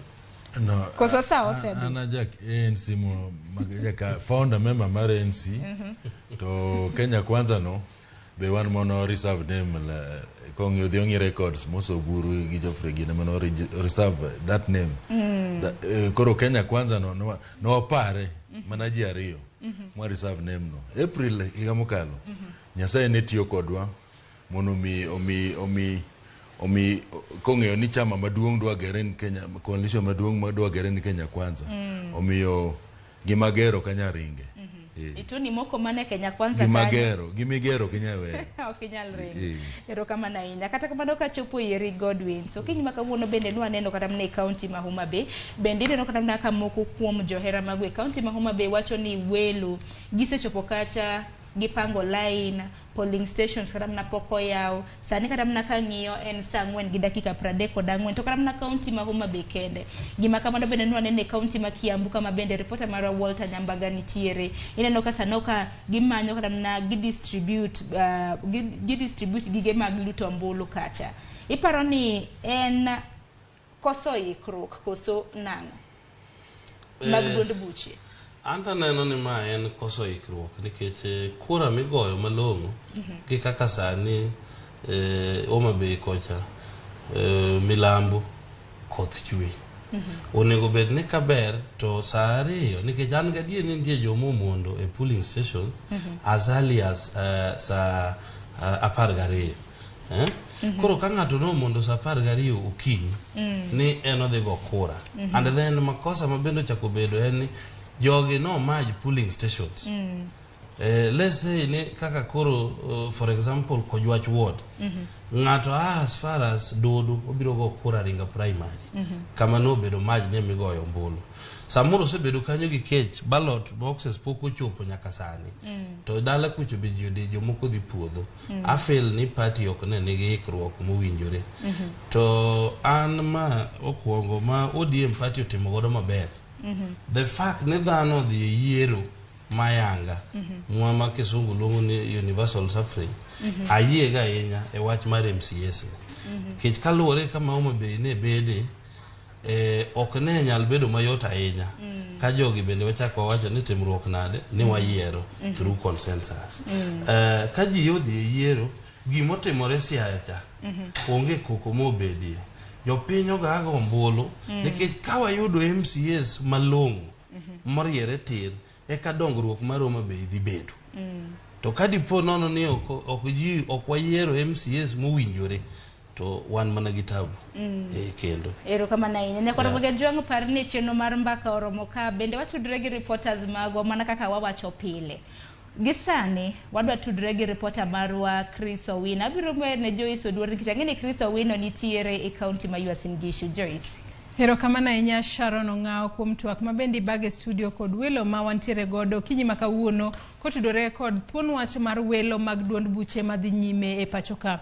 Nyakora Ramogi Juang gie thuolo ne adwani watudre kod reporter marwa mantiere county ma Uasin Gishu manosoi e county ma Uasin Gishu Chris Owino mar mondo miyo nyiswa kaka chal mag welo mag UDA timore kono. Chris Owino ichiu nade Uasin Gishu kono to nyaka sani nyalo nyisowa ni soi kama intiere chenro mag welo osechakore kose oyo arita chalo nade to chenro no dhi nade.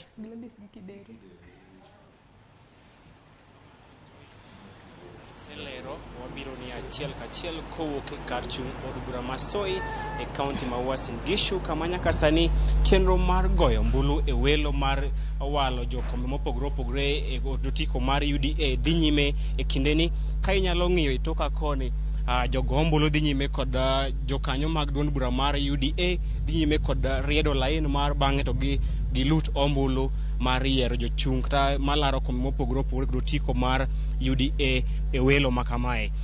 Kama wantiere ni iluongo ni Kabobo Polling Center e Ziwa Ward e kar chung' od bura masoi kase olero kama jachung' malaro kom governor kod otiko mar UDA bende jaod bura masoi Caleb Kositany osegoyo mbulu mare kendo wadhi twak kode mondo olernwa mana ni to en oneno ka chenro ni en itaye e yo makare kose itaye e yo manadi kaka odhi leronwa.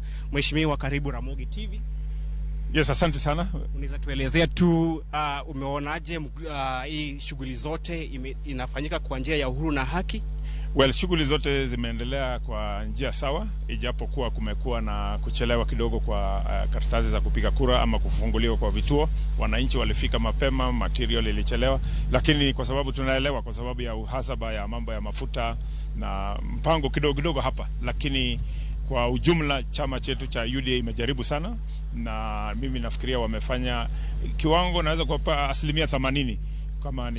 Kama ilikuwa ni mtihani naweza kupea 80%. Wamejaribu na tunaomba wananchi wawe watulivu, wapige kura kwa amani na pia zaidi wawache mambo ya fitina ati kuna mtu ameiba kura pale, kuna mtu amefanya nini pale. Tafadhali tunaomba wananchi wasifanye chochote kama yale maneno imetokea kule Bomet na ile ilitokea hapo Embu.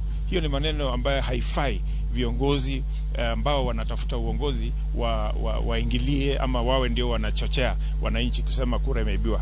Kisanduku ambayo tunatupa kura ndani hapa, kila moja imeandikwa jina vizuri ya governor hadi mpaka ya MCA, na ni sanduku ambayo ni wazi, maana yake unaweza kuona kwamba hamna kitu ndani. Kwa hivyo tusisumbuane kwamba kuna mambo ambayo yametendeka ambayo ni sio ya ukweli. Watu waridhike na vile shughuli inaendelea kwa sasa, na nafikiri tutamaliza kupiga kura kwa njia ya amani. Hapo awali tuliweza kuzuru kwenye kituo cha kupigia kura cha MV Patel jijini Eldoret, na kufikia mwendo wa saa 2 shughuli yote ya kupiga kura huko umeanza. Je, uko na wito gani kwa wale ambao walijitokeza na wakupata nafasi ya kupiga kura kuanzia saa 2, na pia hususan wito wako kwa uongozi wa chama cha UDA kulingana na kuchelewa kwa kuanzishwa kwa shughuli ya kupiga kura katika eneo la MV Patel kule Tarbo? Well, ningependa kuambia wale ambao walitokeza, kwanza tuwashukuru kwanza kwa kuwa wafuasi sugu wa chama cha UDA, na tunaomba chama kwamba kwa vile kituo ilichelewa kufunguliwa pia wacheleweshe kufunga, wasifunge mapema kwa ile saa ambayo walisema, waache wananchi wote wapige kura. Na tunaelewa wananchi wengi hawajajitokeza saa hizi kwa sababu watu wanapitia magumu sana kimaisha, so wanashughulika kutafuta mkate ya leo, na baadaye wakisha faulu watakuja kupiga kura. Kwa hivyo tutaomba chama, kama wanatusikiza sasa, waruhusu wananchi wote wapige kura hadi saa 4 watamaliza, kwa sababu shughuli hii hata inaweza endelea hadi kesho, hamna shida. Hapo jana mliweza kukutana kama wafuasi. Je, wapo gani ambao unaweza kuona viongozi wanagombania viti mbalimbali kwenye tiketi ya UDA, iwapo hususan wewe wapo utashindwa kwenye kinyang'anyiro hichi, je utakubali matokeo?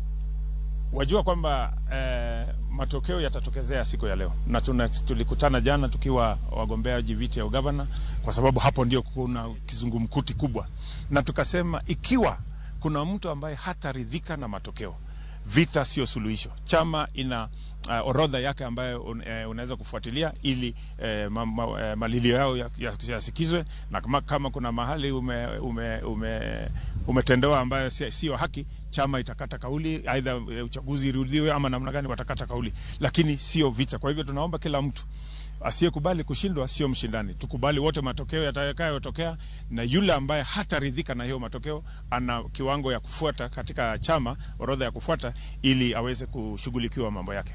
Mwisho kabisa, eneo hili hususan county hili la Uasin Gishu iko na makabila tofauti. Je, uko na wito gani kwa wananchi na wakaji wa Uasin Gishu tunapoelekea kwenye kipindi cha uchaguzi? Sisi ni watu wa Uasin Gishu. Makabila zote za Kenya hata ya dunia mzima wanaishi katika kaunti hii ya Uasin Gishu. Na wewe ni mtu wa Uasin Gishu wakati kuna siasa na pia wakati hamna siasa. Kwa hivyo tusianze saa hizi wakati kuna siasa wengine wanaanza kusema kuna kabila fulani na kabila fulani. Sisi ni kabila la Uasin Gishu, tupige kura kwa amani, tuendelee kuishi kwa amani vile tumekuwa tukiishi. Kesho tukimaliza hii shughuli, tuombe Mwenyezi Mungu tuendeshe biashara zetu na shughuli zetu, tukingojea tarehe 9 ili tupitishe wale viongozi ambao tumepitisha leo, na pia tupitishe William Ruto awe rais wa 5 wa Jamhuri ya Kenya. Shukrani sana mheshimiwa kwa kuchukua muda wako na kuongea na Ramogi TV. Joyce, mano en achiel kuom jachung' malaro kom governor mar county ma Uasin Gishu kod otiko mar UDA mano jaod bura ma Soy Caleb Kositany, ka okwayo mana jodak ma county ma Uasin Gishu mondo oket kwe e kindegi mag campaigns kaachiel kod kinde mag yiero. Kwawuok kar goyo ombulu kata kar luto ombulu ma Kabobo kaka kar ochung' od bura ma Soy, wadhi luorore e kuonde chung' od bura mamoko bende mayudore e county ma Uasin Gishu. Kaka ing'eyo, county ma Uasin Gishu ni kod ute chung' od bura maromo 6, koro Soy en achiel kuomgi. Wasewuok e kar chung' od bura ma Tarbo, ma bende en kar chung' od bura man kod kwan mathoth mag jogo ombulu, kama ne wayudo ni kane oromo saa 2 ne pod chenro mar goyo ombulu ne pok ochako kuom steseni mamoko. Kar chung' od bura ma Soy wabiro dhi kar chung' od bura machielo e county ma Uasin Gishu. Joyce. Erokamano ahinya Chris Owino. Dago mar penji ni e county ma Uasin Gishu kono, gin kombe mage mag siasa ma jopiny kawuono wuok oko mar luto ombulu mar walo jogo ma gigombo ni ochung' e kombe makamago? Joyce, Welo makamae oting'o kombe mag kom governor, kom jatend wakeni kata women rep, kom chung' od bura kaachiel kod kom alliance kata MCS. Do ageno ni biro medo tudri kodwa wabo medo tudri kodi mar mondo mi nyiswa kaka chenro mag welo dhi mbele e kaunti ma Uasin Gishu kono. Erokamano ahinya.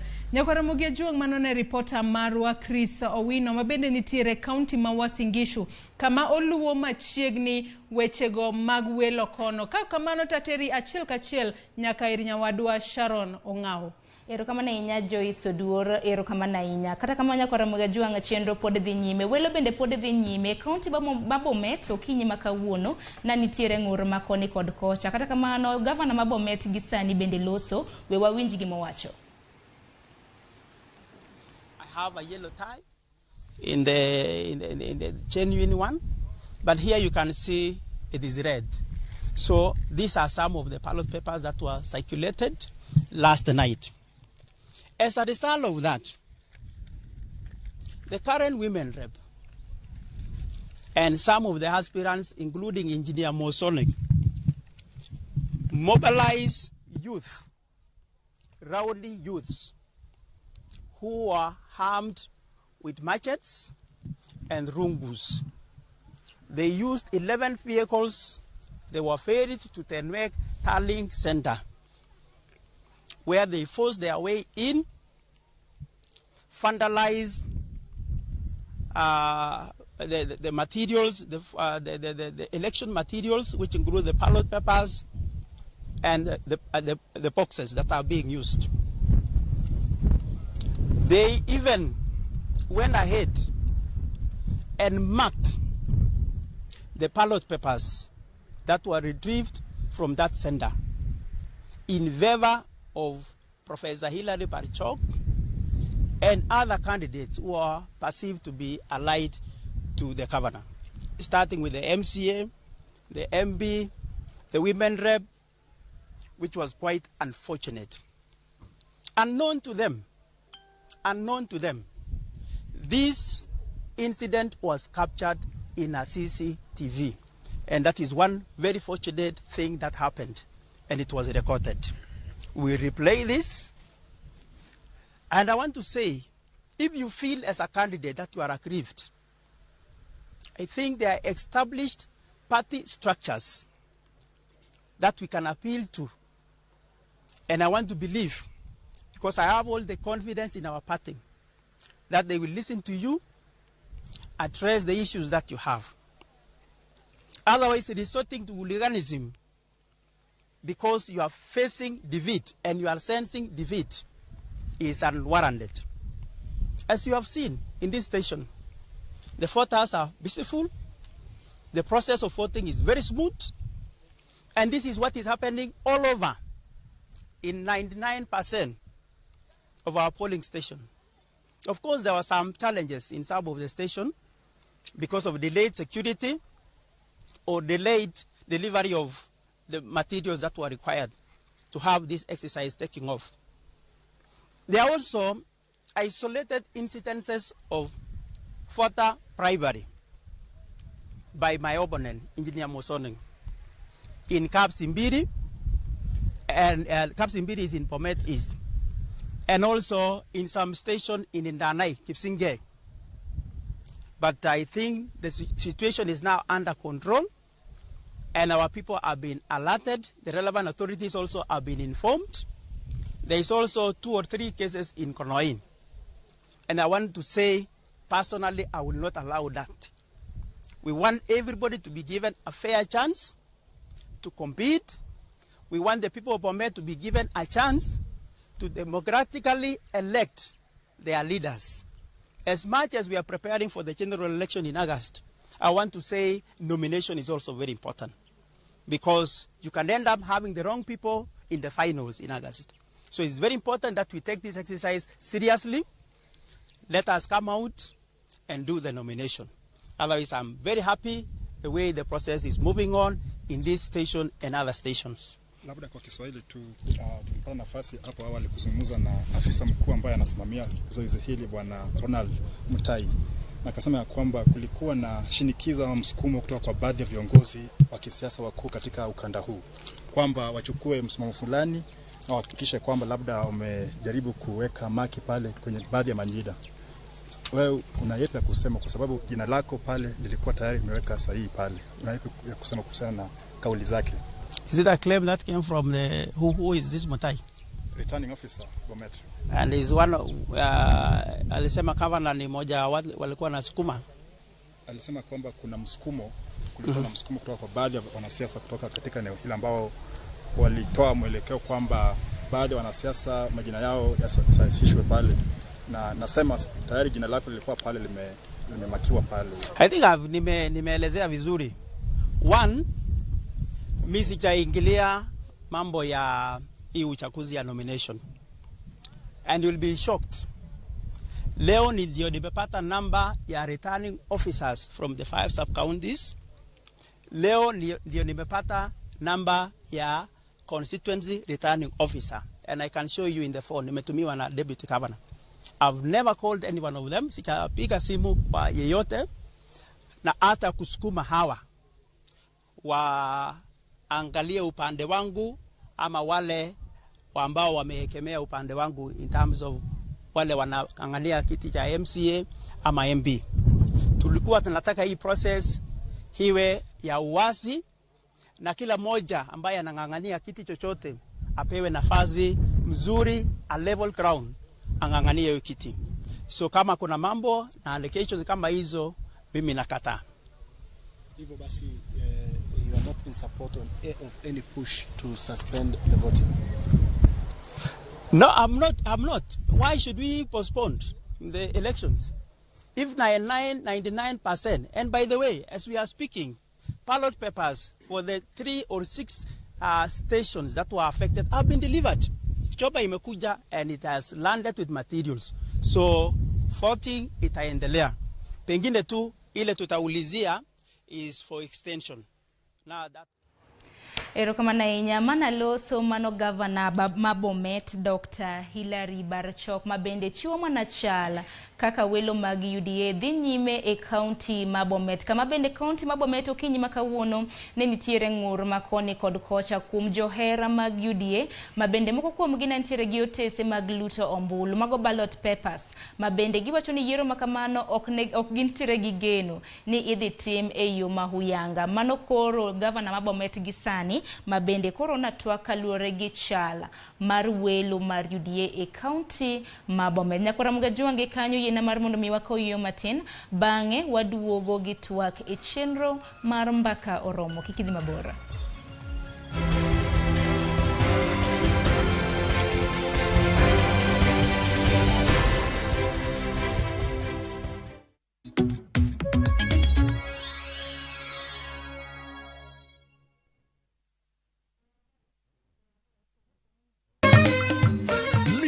Lich, liet kaka liet, gwere to dhi. Usarito gi aming'a, koro wabiro. Pasaka mawang'ni dhi bedo mopogore kod pasaka moko te. Jolendo marahuma kendo mohero biro bedo koda tudruok achiel kachiel kowuok e boma ma Kisumu. Tiedero, mbak ndalo, Ramogi Night, thum dagmor, ngoma oake kod injili kalo. Ramogi TV, kete manaka.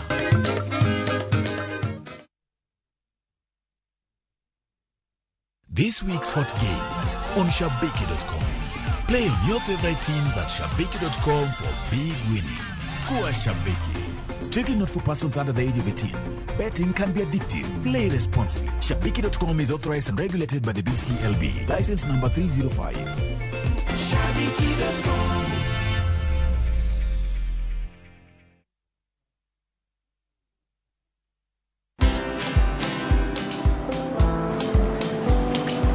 Niaje? Ni kama unashangaa kwa nini naangalia simu with so much focus eh? Usishangae sana. Ni vile nimekuwa ndani ya story kabisa. Ni kama ile hali ya juzi. Ni kama nilikuwa hapo. Iki happen. And when this new market was being opened, ni kama nilikuwa hapo tu. Hata vile local tourists for a special rate at the coast, I was there. And when this new road was being commissioned, I was right there. Na hata wewe, unaweza kuwa ndani ya story wherever you are. Just download Citizen Digital. Stay informed on all the news and events as they happen across the country, the continent, and the world at large. Download Citizen Digital, Kenya's #1 news app. Ekelea game za leo na so moja on shabiki.com and stand a chance to win a smartphone. Tunapeana simu mbili kila siku. The more bets you place of 100 shillings each, the more entries you get. Shabiki.com is authorized and regulated by the BCLB. License number 305. Happy Easter. Kuwa Shabiki. Shabiki.com.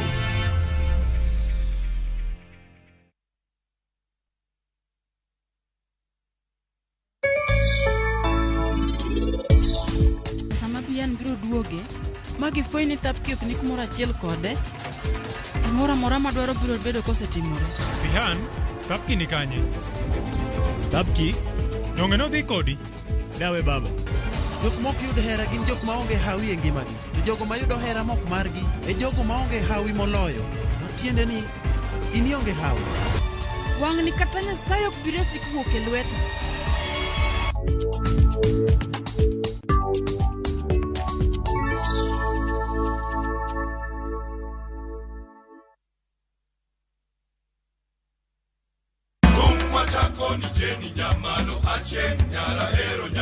Kitume mawakelonu otenore ndhadhu magi. Kawa kikogi makare. Yud thumbe miero mapachoka. Weka mzuka umepanda twende mpaka chini. Kod pinje maoko. Baby feel my command like zombie. E chenro mag tiedero. Ngoma uwake. Akimwaga pesa ndalegeza. Tum Dagmor. Ramogi Night. Magite mana Ramogi TV.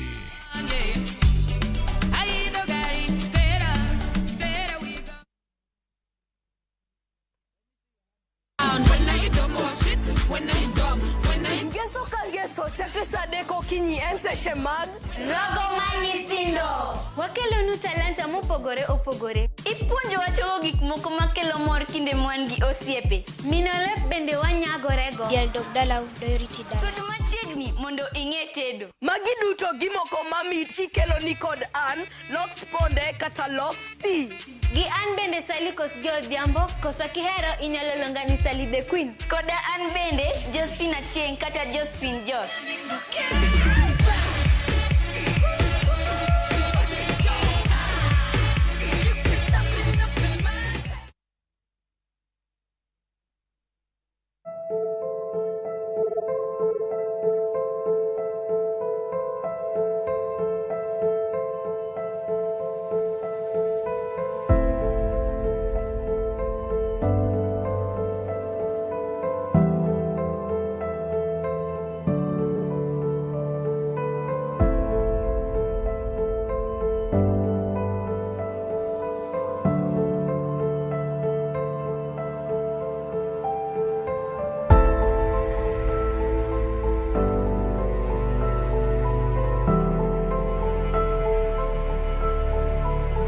In the spirit of Kenyanness, we have come together to help our brothers and sisters affected by drought. Join us by dialing *126# to donate bonga points, cash or food, and lift one another in oneness.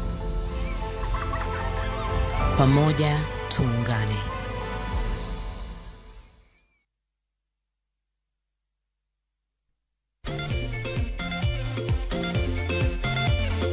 No prize for guessing which team is playing. Usicheze wakati wa job. Play responsibly.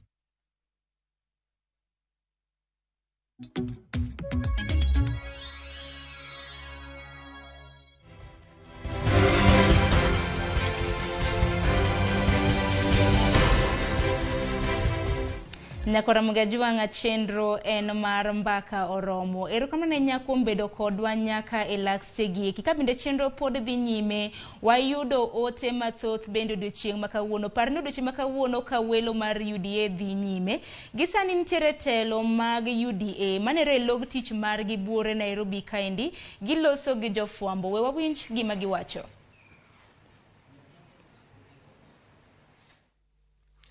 Of the 35 counties where nominations are taking place, from Meru to Mombasa, from Kisii to Turkana, from Kirinyaga to Trans Nzoia, from Isiolo to Kajiado, the primaries are going on as scheduled.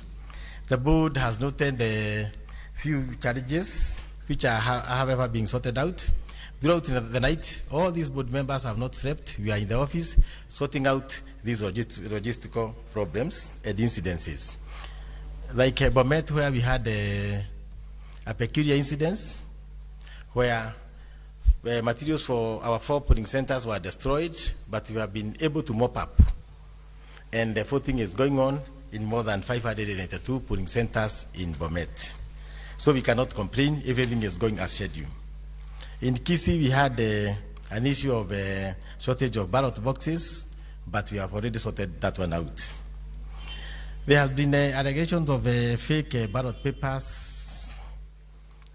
Those are unfounded rumors. We have found none. Our ballot papers are peculiar. They have got the watermark, serial numbers. They are seriously serialized, and nobody can give an evidence that they have been found anywhere. They cannot even be photocopied. We are largely satisfied as a board about this progress. So far, the turnout has been very good and believable, and we are in touch with our returning officers, all of us. We are calling them after each and every 30 minutes, all of us members of the board, including our party leader, who have really given us a lot of support. The whole night we have spent there together with him. The only people who we really missed are you people, because I thought that you'd be coming there to the whole yesterday night, so that we spent there, arrange everything, organize about the logistics, and make sure that this election will be successful. So make sure that tonight we sleep there together as comrades in this struggle of democracy. There were a little bit of the destruction of electoral materials in Embu, but that issue was sorted out, and the aspirants who had caused that commission have been summoned by the disciplinary committee of the UDA party to appear before it on Saturday. And we have emphasized time and again that we don't condone violence, and violence have got repercussions. And in our party, violence leads to automatic disqualification, even expulsion from our party. We have postponed the elections in Bumura, Turkana Central, and Turkana East, as I told you yesterday. And we will be carrying them on 19th, including in Mount Elgon and Kakamega. We are carrying them tomorrow. This affects very few constituencies and county assembly. And as a board, we are really pleased with the happenings. Whatever we have done, no other party is carrying out such nominations. We are happy, we are excited, and we can say that 95% of whatever we wanted to achieve, we have achieved it. Thanks so much, members of the fourth estate. I will invite my colleague, comrade in this struggle, Professor Kidura Kidiki, to talk to you about the political process of these nominations. Karibu sana, Professor. Good morning. Thank you, Anthony Mwaura, Chairperson of the National Election Board of the United Democratic Alliance Party, the youngest and the largest party in the history of Kenya. This morning, ladies and gentlemen, we are happy to announce that at 7 a.m., polling centers in all the 47 counties opened for the primaries of the UDA nominations. And as the chairperson of the National Elections Board has already said, largely we have witnessed orderly and peaceful nominations despite the few instances of logistical challenges that are normal in an exercise of this magnitude.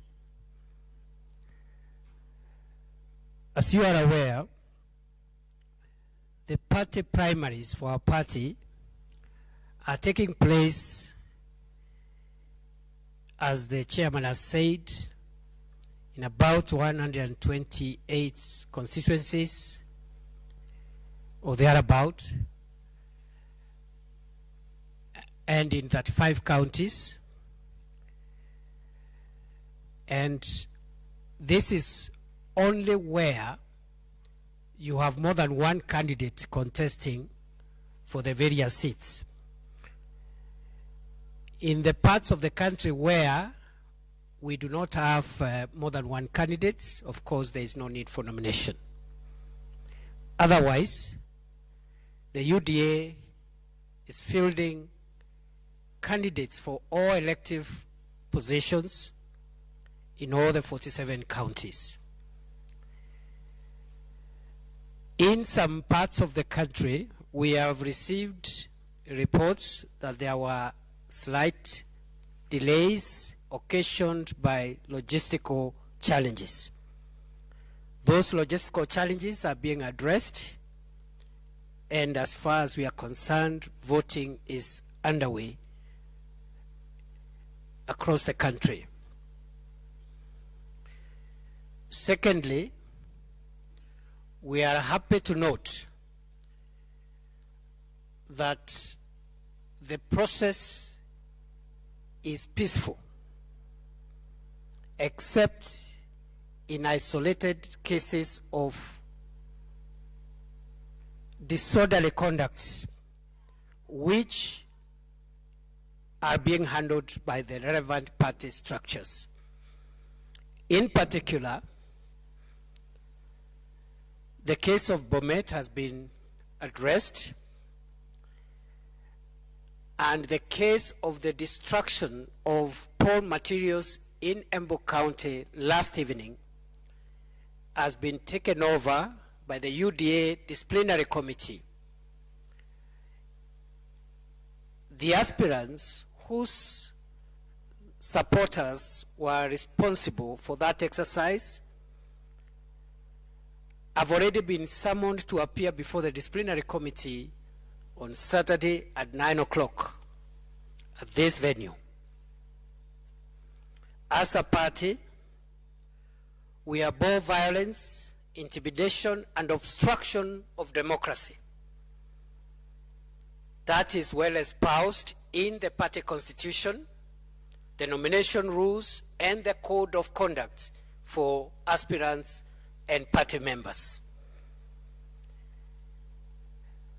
Preliminary investigations have indicated, including video footage and other evidence in the possession of the disciplinary committee, have indicated that the arson and destruction of poll material that took place in Embu yesterday was linked to some of our aspirants vying for various seats in that county.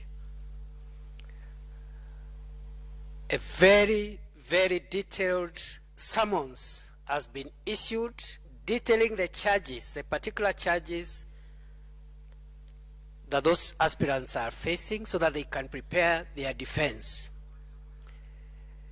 We want to note and announce to the country that the UDA party takes electoral violence extremely seriously, and the consequences of electoral violence for any party member or an aspirant include, but is not limited to, disqualification of the aspirants, irrespective of the outcome of today's exercise.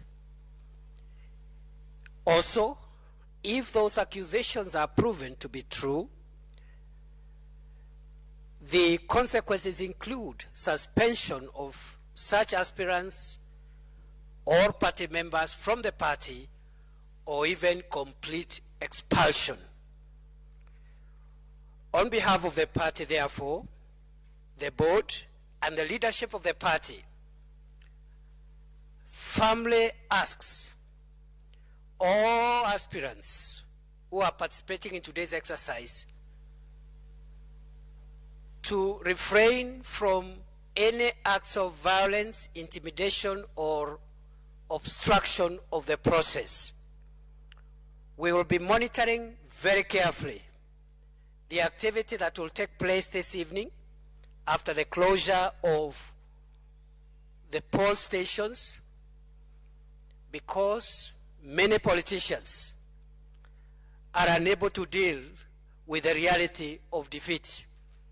And therefore, those who are tempted to try and disrupt or otherwise interfere with the tallying and announcement of results, please be informed that our Constitution empowers the party to act firmly, strongly, and resolutely on violence, intimidation, and obstruction of democracy. Having said so, let me add as I end that there have been cases of late opening of polling centers in very few places across the country. In such cases, the party, through the National Elections Board, will extend the voting hours to ensure that the process is as fair as possible to everyone and to every part of the country that is participating in this exercise. And now, therefore, I want to assure, and we want to assure as a party, the people of Kenya and our party supporters, this exercise will go down in history as one of the most extensive, complex, yet successful democratic processes within our party.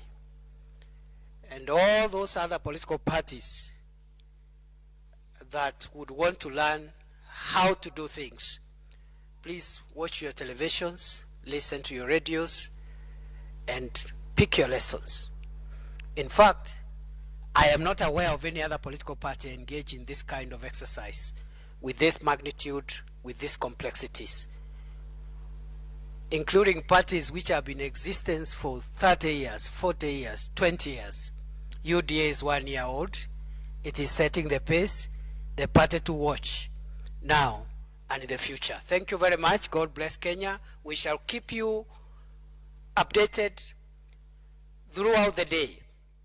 And as the chairman of the National Elections Board has said, please join us in keeping the night vigil. Members of the fourth estate. There is tea, mandazi, dinner, breakfast, but there is no accommodation, but you're welcome. Thank you very much. There is no bed, but there's breakfast, there's dinner, there's mandazi, there's tea, and other conveniences, except beds. We are not sleeping until this process is over. Asanteni sana, Mungu awabariki.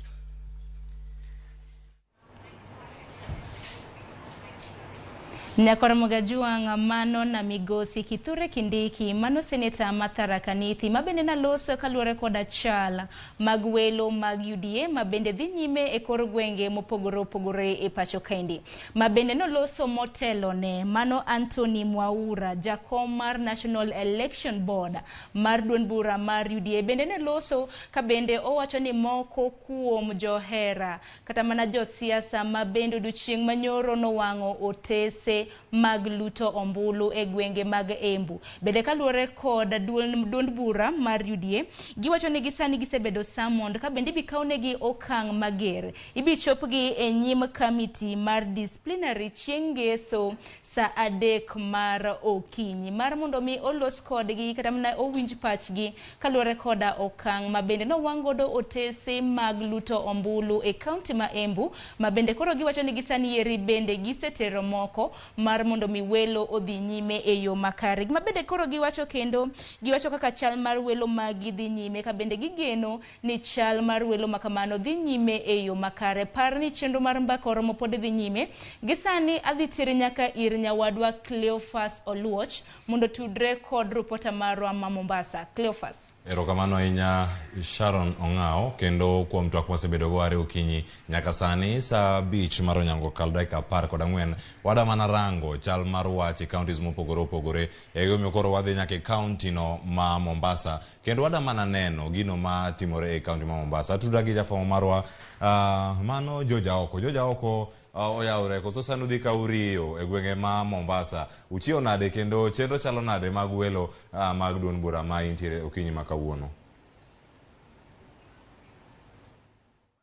Wachno wachio maber kata wariyo maber e kaunti ma Mombasa kaendi kuma kawuono chenro mag welo dhi nyime to chutho mano mar duond buche UDA. Ok adwar wacho mang'eny kama wantiere hall matonono ka kinyalo neno dier ng'eya ido ka oganda makwaro wuok oko mar ling'o mbuchi gi kawuono mar yiero jotelo magidwaro to kata kamano antiere kaendi gi manowal kaka governor mar kaunti ma Mombasa gi duond bura mar UDA Hassan Omar wan kode kaita mano nyisa ni to chenro ni oneno kadhi nade. Mheshimiwa karibu sana. Labda tueleze tu mpaka sasa naona shughuli zimekuwa zikiendelea shwari. Tumeridhika sana na hali ya hii kura ya debe vile inaendelea. Haijakosa changamoto. Wajua hii ni mara ya kwanza na ni mara ya kwanza kwa chama ambacho ni kibichi kama chetu kipya kujaribu kufanya nomination katika Kenya nzima. Lakini ile hali ilivyo katika Kenya nzima na vile nimevisikia kutoka Mwaura National Elections Board, nimevisikia kutoka Kindiki, nimevisikia katika zile operations group zetu, watu wengi wameridhika kwa idadi kubwa sana vile hali imeenda. Kulikuwa na changamoto hapa na pale hapa ndani ya Mombasa, lakini nyingi zimetatuliwa ili watu waweze kuendelea na kupiga kura. Kuna baadhi ya wapiga kura ambao tumezungumza nao walifika hapa mapema sana wakitarajia kwamba zoezi hili lingeanza mapema kabisa. Labda mmeweza kubaini nini ilichangia pengine swala hili kuchelewa kidogo? Naweza nikasema ukweli, manake sisi chama chetu hakina kitu cha kuficha. Kulikuwa na kuchelewa kidogo kwa vile kulikuwa na delay ndogo jana ya baadhi ya material na vitu viwili vitatu, lakini tukawapatia hakikisho letu watu kwamba kila mtu atapata fursa ya kupiga kura, na ndio vituo kidogo katika Mombasa vilichelewa kufunguliwa. Baadhi ya maeneo vilifunguliwa kama saa 2 ama saa 2:30 badala ile saa 1 ambayo tulikuwa tumeahidi. Lakini kama vile ndugu yangu Kindiki seneta ambapo alipoarifu ule wakati ambao ulipotea utaweza kuongezwa, hata kama hakuna mtu kituoni, tuhakikishe ule muda ambao tulisema tutauweka kwa kila kituo kupiga kura umepatikana ule muda kisheria. Pengine tukiangazia masuala ya usalama, unaona hali iko vipi hadi kufikia sasa? Najua wafuasi wetu si wafuasi wa ODM. Watu hawaji hapa kwa rabsha wala ghasia. Watu wa ODM wanakuja na nia ya kupigana. Baba ana kondoni hizi vitu. Hawa hawakuja na nia ya kupigana, wamekuja na nia ya kupiga kura. Angalia watu wametulia, wengine wametulia hapa kuanzia saa 1. Kumechelewa kidogo hapa na pale, lakini wao wanataka kujenga chama. Anataka kuhakikisha wameimarisha umaarufu wa chama. Hawa hawakuja hapa kupigana na kuleta vurugu na kuoneshana ubabe.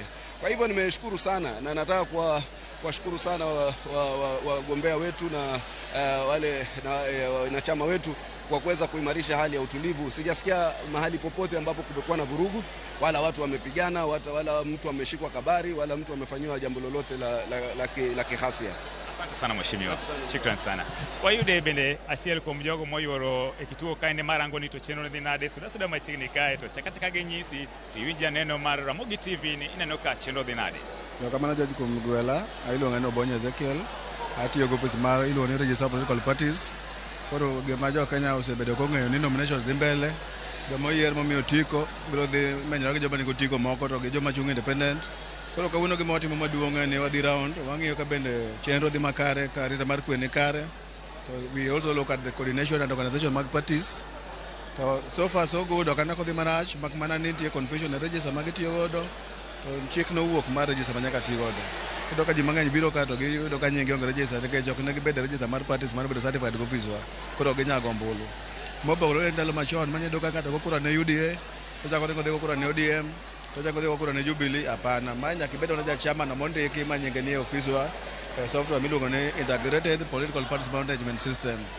Kamano. Koro mayudo ka nyinge gi onge register mag ombulu, koro mane gikogi koso nti gimenyalo tim kapok ochako kinde yiero maduong' koro. Register ni ok en mar IBC, mar register mar party members mobedo stored gi office of the Register of Political Parties. Ka nyingi onge register ni ok moni go ombulu kan register gi IBC. Manani yiero makawuono ne ok ginyal goyo ombulu. Chik ok oyienegi. Lakini maduong' mabiro mar tarik 9 dwe mar 8 ka ne girejista gi IEBC to kendo gin gi kitambulisho gibiro go ombulu. Ang'e ni iseluorori kuonde mopogore opogore, weche mag arita ineno ka chal nade e welo makamagi? So far area mar region kata no ka ok dhi marach mag gima fwenyo madhi mbele ka jomoko kawo kitambulisho mag ng'ato, jok moko mobedo mobilized ka gisego kura to kawo kitambulisho gi to mano kaka dhano wito go ombulu. Koro gin ng'ani kok dhi mo replace kitambulisho no ji adek osebiro ira ka kok dhi mo replace kitambulisho no tiende ne ok obe nwang'o thuolo mar go kura 2017 2022 to mago yore mabende josiasa tiyo godo. Koro ji nyaka bed motang' ki ng'ato kowe kitambulisho ni sani kech kowe kitambulisho ni mimiye kata mana 200 shillings to mano becomes the end of you to biro tamo jomoko go ombulu tini samo go ombulu no tibene jomoko thuolo mar yiero ni jotelo ma ok owinjore kamano. Thank you so much. Mana kaka janeno marwa winjo maendi en chenro mar welo mar duond buche UDA madhi nyime e hall mar Tonono ka Mombasa kaendi, kuma chenro ma kamaendi nodwa deko matin, to kata kamano oganda wuok oko mang'eny mar luto ombulgi mar yiero jogo magidwaro. George Aoko, Ramogi TV, Mombasa. Mana kamano, mano George Aoko kantie kaunti ma Mombasa oguniro kamano kuoma miyowa lipot mabiro koda mago mag welo matimore e kaunti no ma Mombasa oguniro kamano. Kendo ang'i miwa weche manyien go e kinde ma wasudo kendo wadhi nyime koda twak machalo koda mae mag welo mag duond buche mopogore opogore. Nyakora mga jwang' mano George Aoko kendo nyaka sani koro wada mana rango gigo mapod timore, to nyaka sani wan jogo ma wuok e chenro mar rupiny nyaka sani mar Mbaka Oromo makoro watieko. Aduoki mani nyawadwa Sharon Ong'ao mana mondo mi watieki odiochieng' makawuono. Sharon. Erokamano ahinya Cleophas. Nyakora mga jwang' chenro mabende nochako saa 12 mar okinyi nyaka sani. Par ni chenro mar Mbaka Oromo bende nwantiere gi welo e studio. Pod antiere gi Moses Oburu kanyakla gi George Godwins mabende odiochieng' makawuono kata mana kochopo sani adwaro chiwo negi thuolo mar nyiso wa pachgi mogik kaluwore gi welo mag duond buche mabende dhi nyime. Godwins mar mondo mi achak kodi, wachni mogik kaluwore gi welo madhi nyime. Kaluwore gi welo madhi nyime, abiro wuoyo sana e duond buchwa mar ODM Azimio ka. An gima nyalo kwayo jothurwa en ni wabeda gi kwe. Ng'amo owal kawuono ma mana nomination en mana welo. Ka ok odhi kodi maber ahinya, IEBC pod biro ka gi ratich dhano. Koro waketo mana kwe ka ng'amo ok odhi ok omori madipono ni chamo miyi to linga gi kwe, ka ok ihere rali ne keke dhiye, waber ni wan gi kwe nyaka odiochieng' ma wadhi goyo ombulu gi IEBC. Koro inyalo kwero gi kanyo ni ng'ama ne chama omiyacha ok na hera ahinya. Ma biro miyo wabedo gi kwe moloyo ni kijende kik wakel koko gini oriamulu wuod oganda tir, wakel kwe, wamobilize jowa maber mondo wa make sure na mulu wuod oganda donjo, nikech presidency duong' malo gimoro amora. Oingo governor, oingo lemo gi duto. Maduong' en ni wang'iuru lemo maduong' cha, kata party kane nyalo ng'iyo lemo maduong' ni maloyo ng'ama donjo piny kacha, to wanyalo konyore maber moloyo wan kaka nyikwa Ramogi. Erokamano ahinya. Moses Oburu chopo iri, pachi mogik kaluwore gi thuond wach marwa. An ka winjo gik matimore gi te gi koko masebedo ka winjo to aneno kata ka ja ORPP wacho ni ok inyal go ombulu e nomination e welo kokine list mar chamano mantiere office ORPP. Mano mora nikech wago atua mar gero demokrasia thurwa ma Kenya ka. To mano e gima duong'e moloyo mondo wagol koko moro mar din mokelo din moro nomaya to nomia. Ni koro olok gi din. Olok tiyo ni din nomaya to mia. So mano gima ber ahinya, to kaka gileronwa amor ni chama nya decide ni timo nomination odiochieng' chiel e counties madhi machopo 35 to bedo gi change matindo. Kech giwacho gise replace materials kuonde mane nitie shida, to sani be nitie mechanism mek rango ratiro mar gik mang'eny.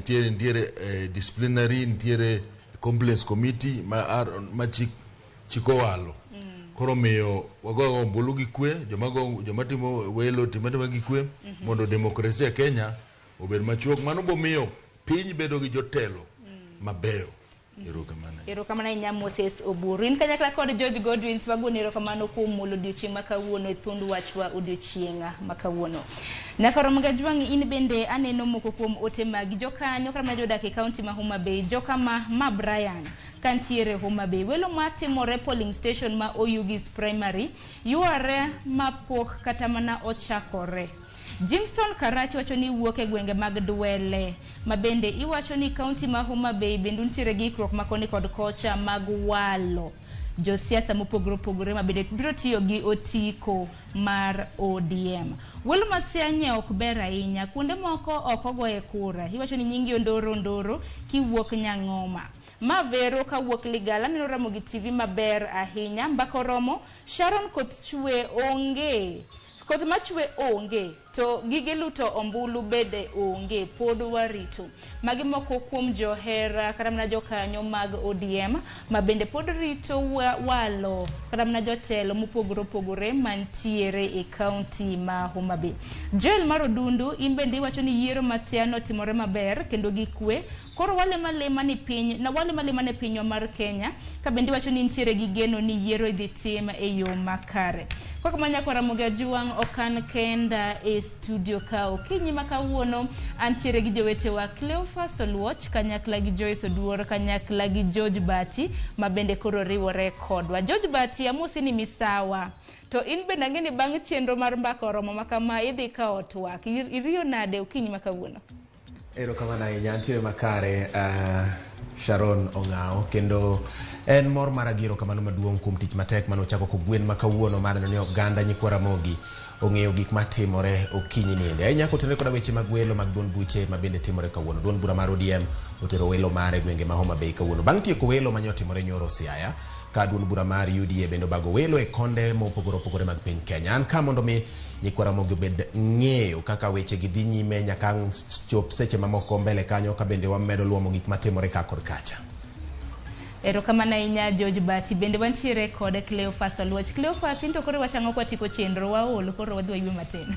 Mana kamano Sharon Ong'ao, George Bati bende oserore kodwa mana mondo mi wakelnu weche manyien makoro dhi bedo ka tucho kotenore kod welo mag duond buche mopogore opogore mantiere e piny Kenya. Kendo mano wang'eni mar ODM matimore e kaunti ma Homa Bay ka odogo e counties duto, manya wacho ni counties 36 mosebedo ka timo welo are okinyi ma kawuono sa 12 mar okinyi. Mano maduond burano mar UDA bende wadhi yudo ler e yo makare nikech ma en singo mano minya kwa Ramogi Jwang', to mana kaka George Bati okete odhi bedo kodwa achiel kachiel komiwa ler e weche machalo koda mano kotudore kod jofwambo magwa bende mantiere kor gwenge ma opogore. To nyaka sani gima nitiere en ni wasebedo wang'i are okinyi kendo wagoni erokamano kuom bedo kodwa are okinyi sa 12 nyaka sani kang' watieko kendo ang' waduoki achiel kachiel nyaka ir nyawadwa George Bati makoro dhi kawo chenro masani nyaka kanyo marom sa 6 kama wayudo weche manyien bende bang' kanyo wadok kendo e county ka wago touch bende kanyo e Asla Center mantie bore Nairobi kae ka wayudo twak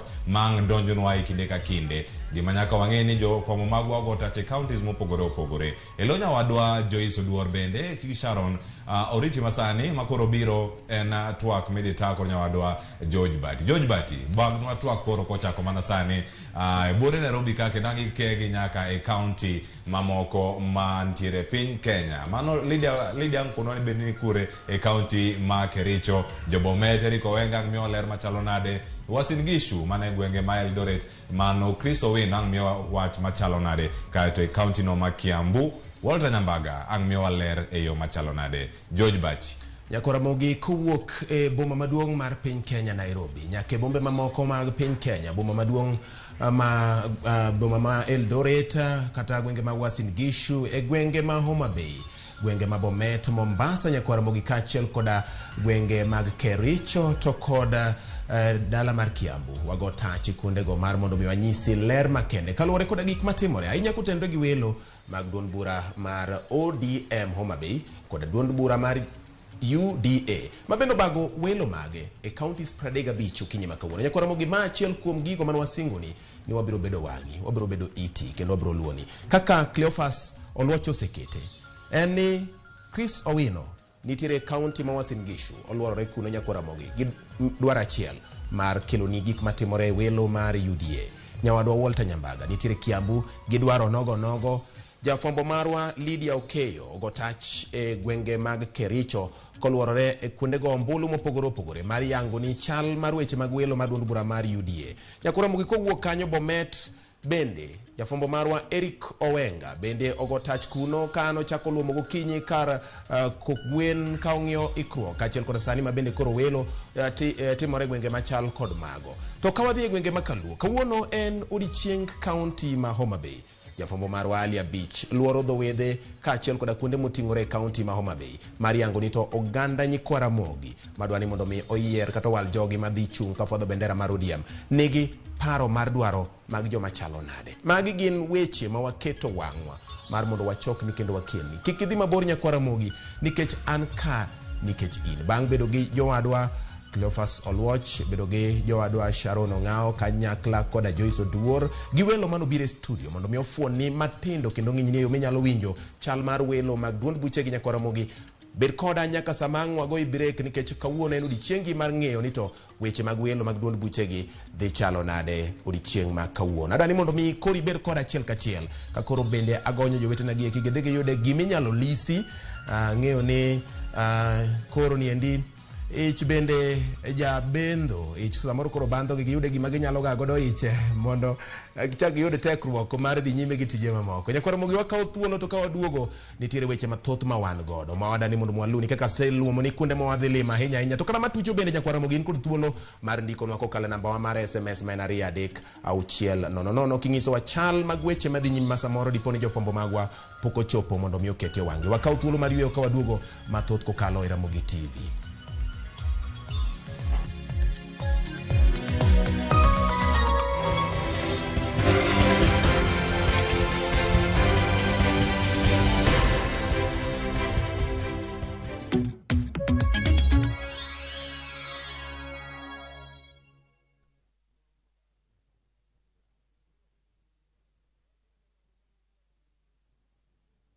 This week's hot games on Shabiki.com. Play your favorite teams at Shabiki.com for big winnings. Kuwa Shabiki. Strictly not for persons under the age of 18. Betting can be addictive. Play responsibly. Shabiki.com is authorized and regulated by the BCLB. License number 305. Shabiki.com.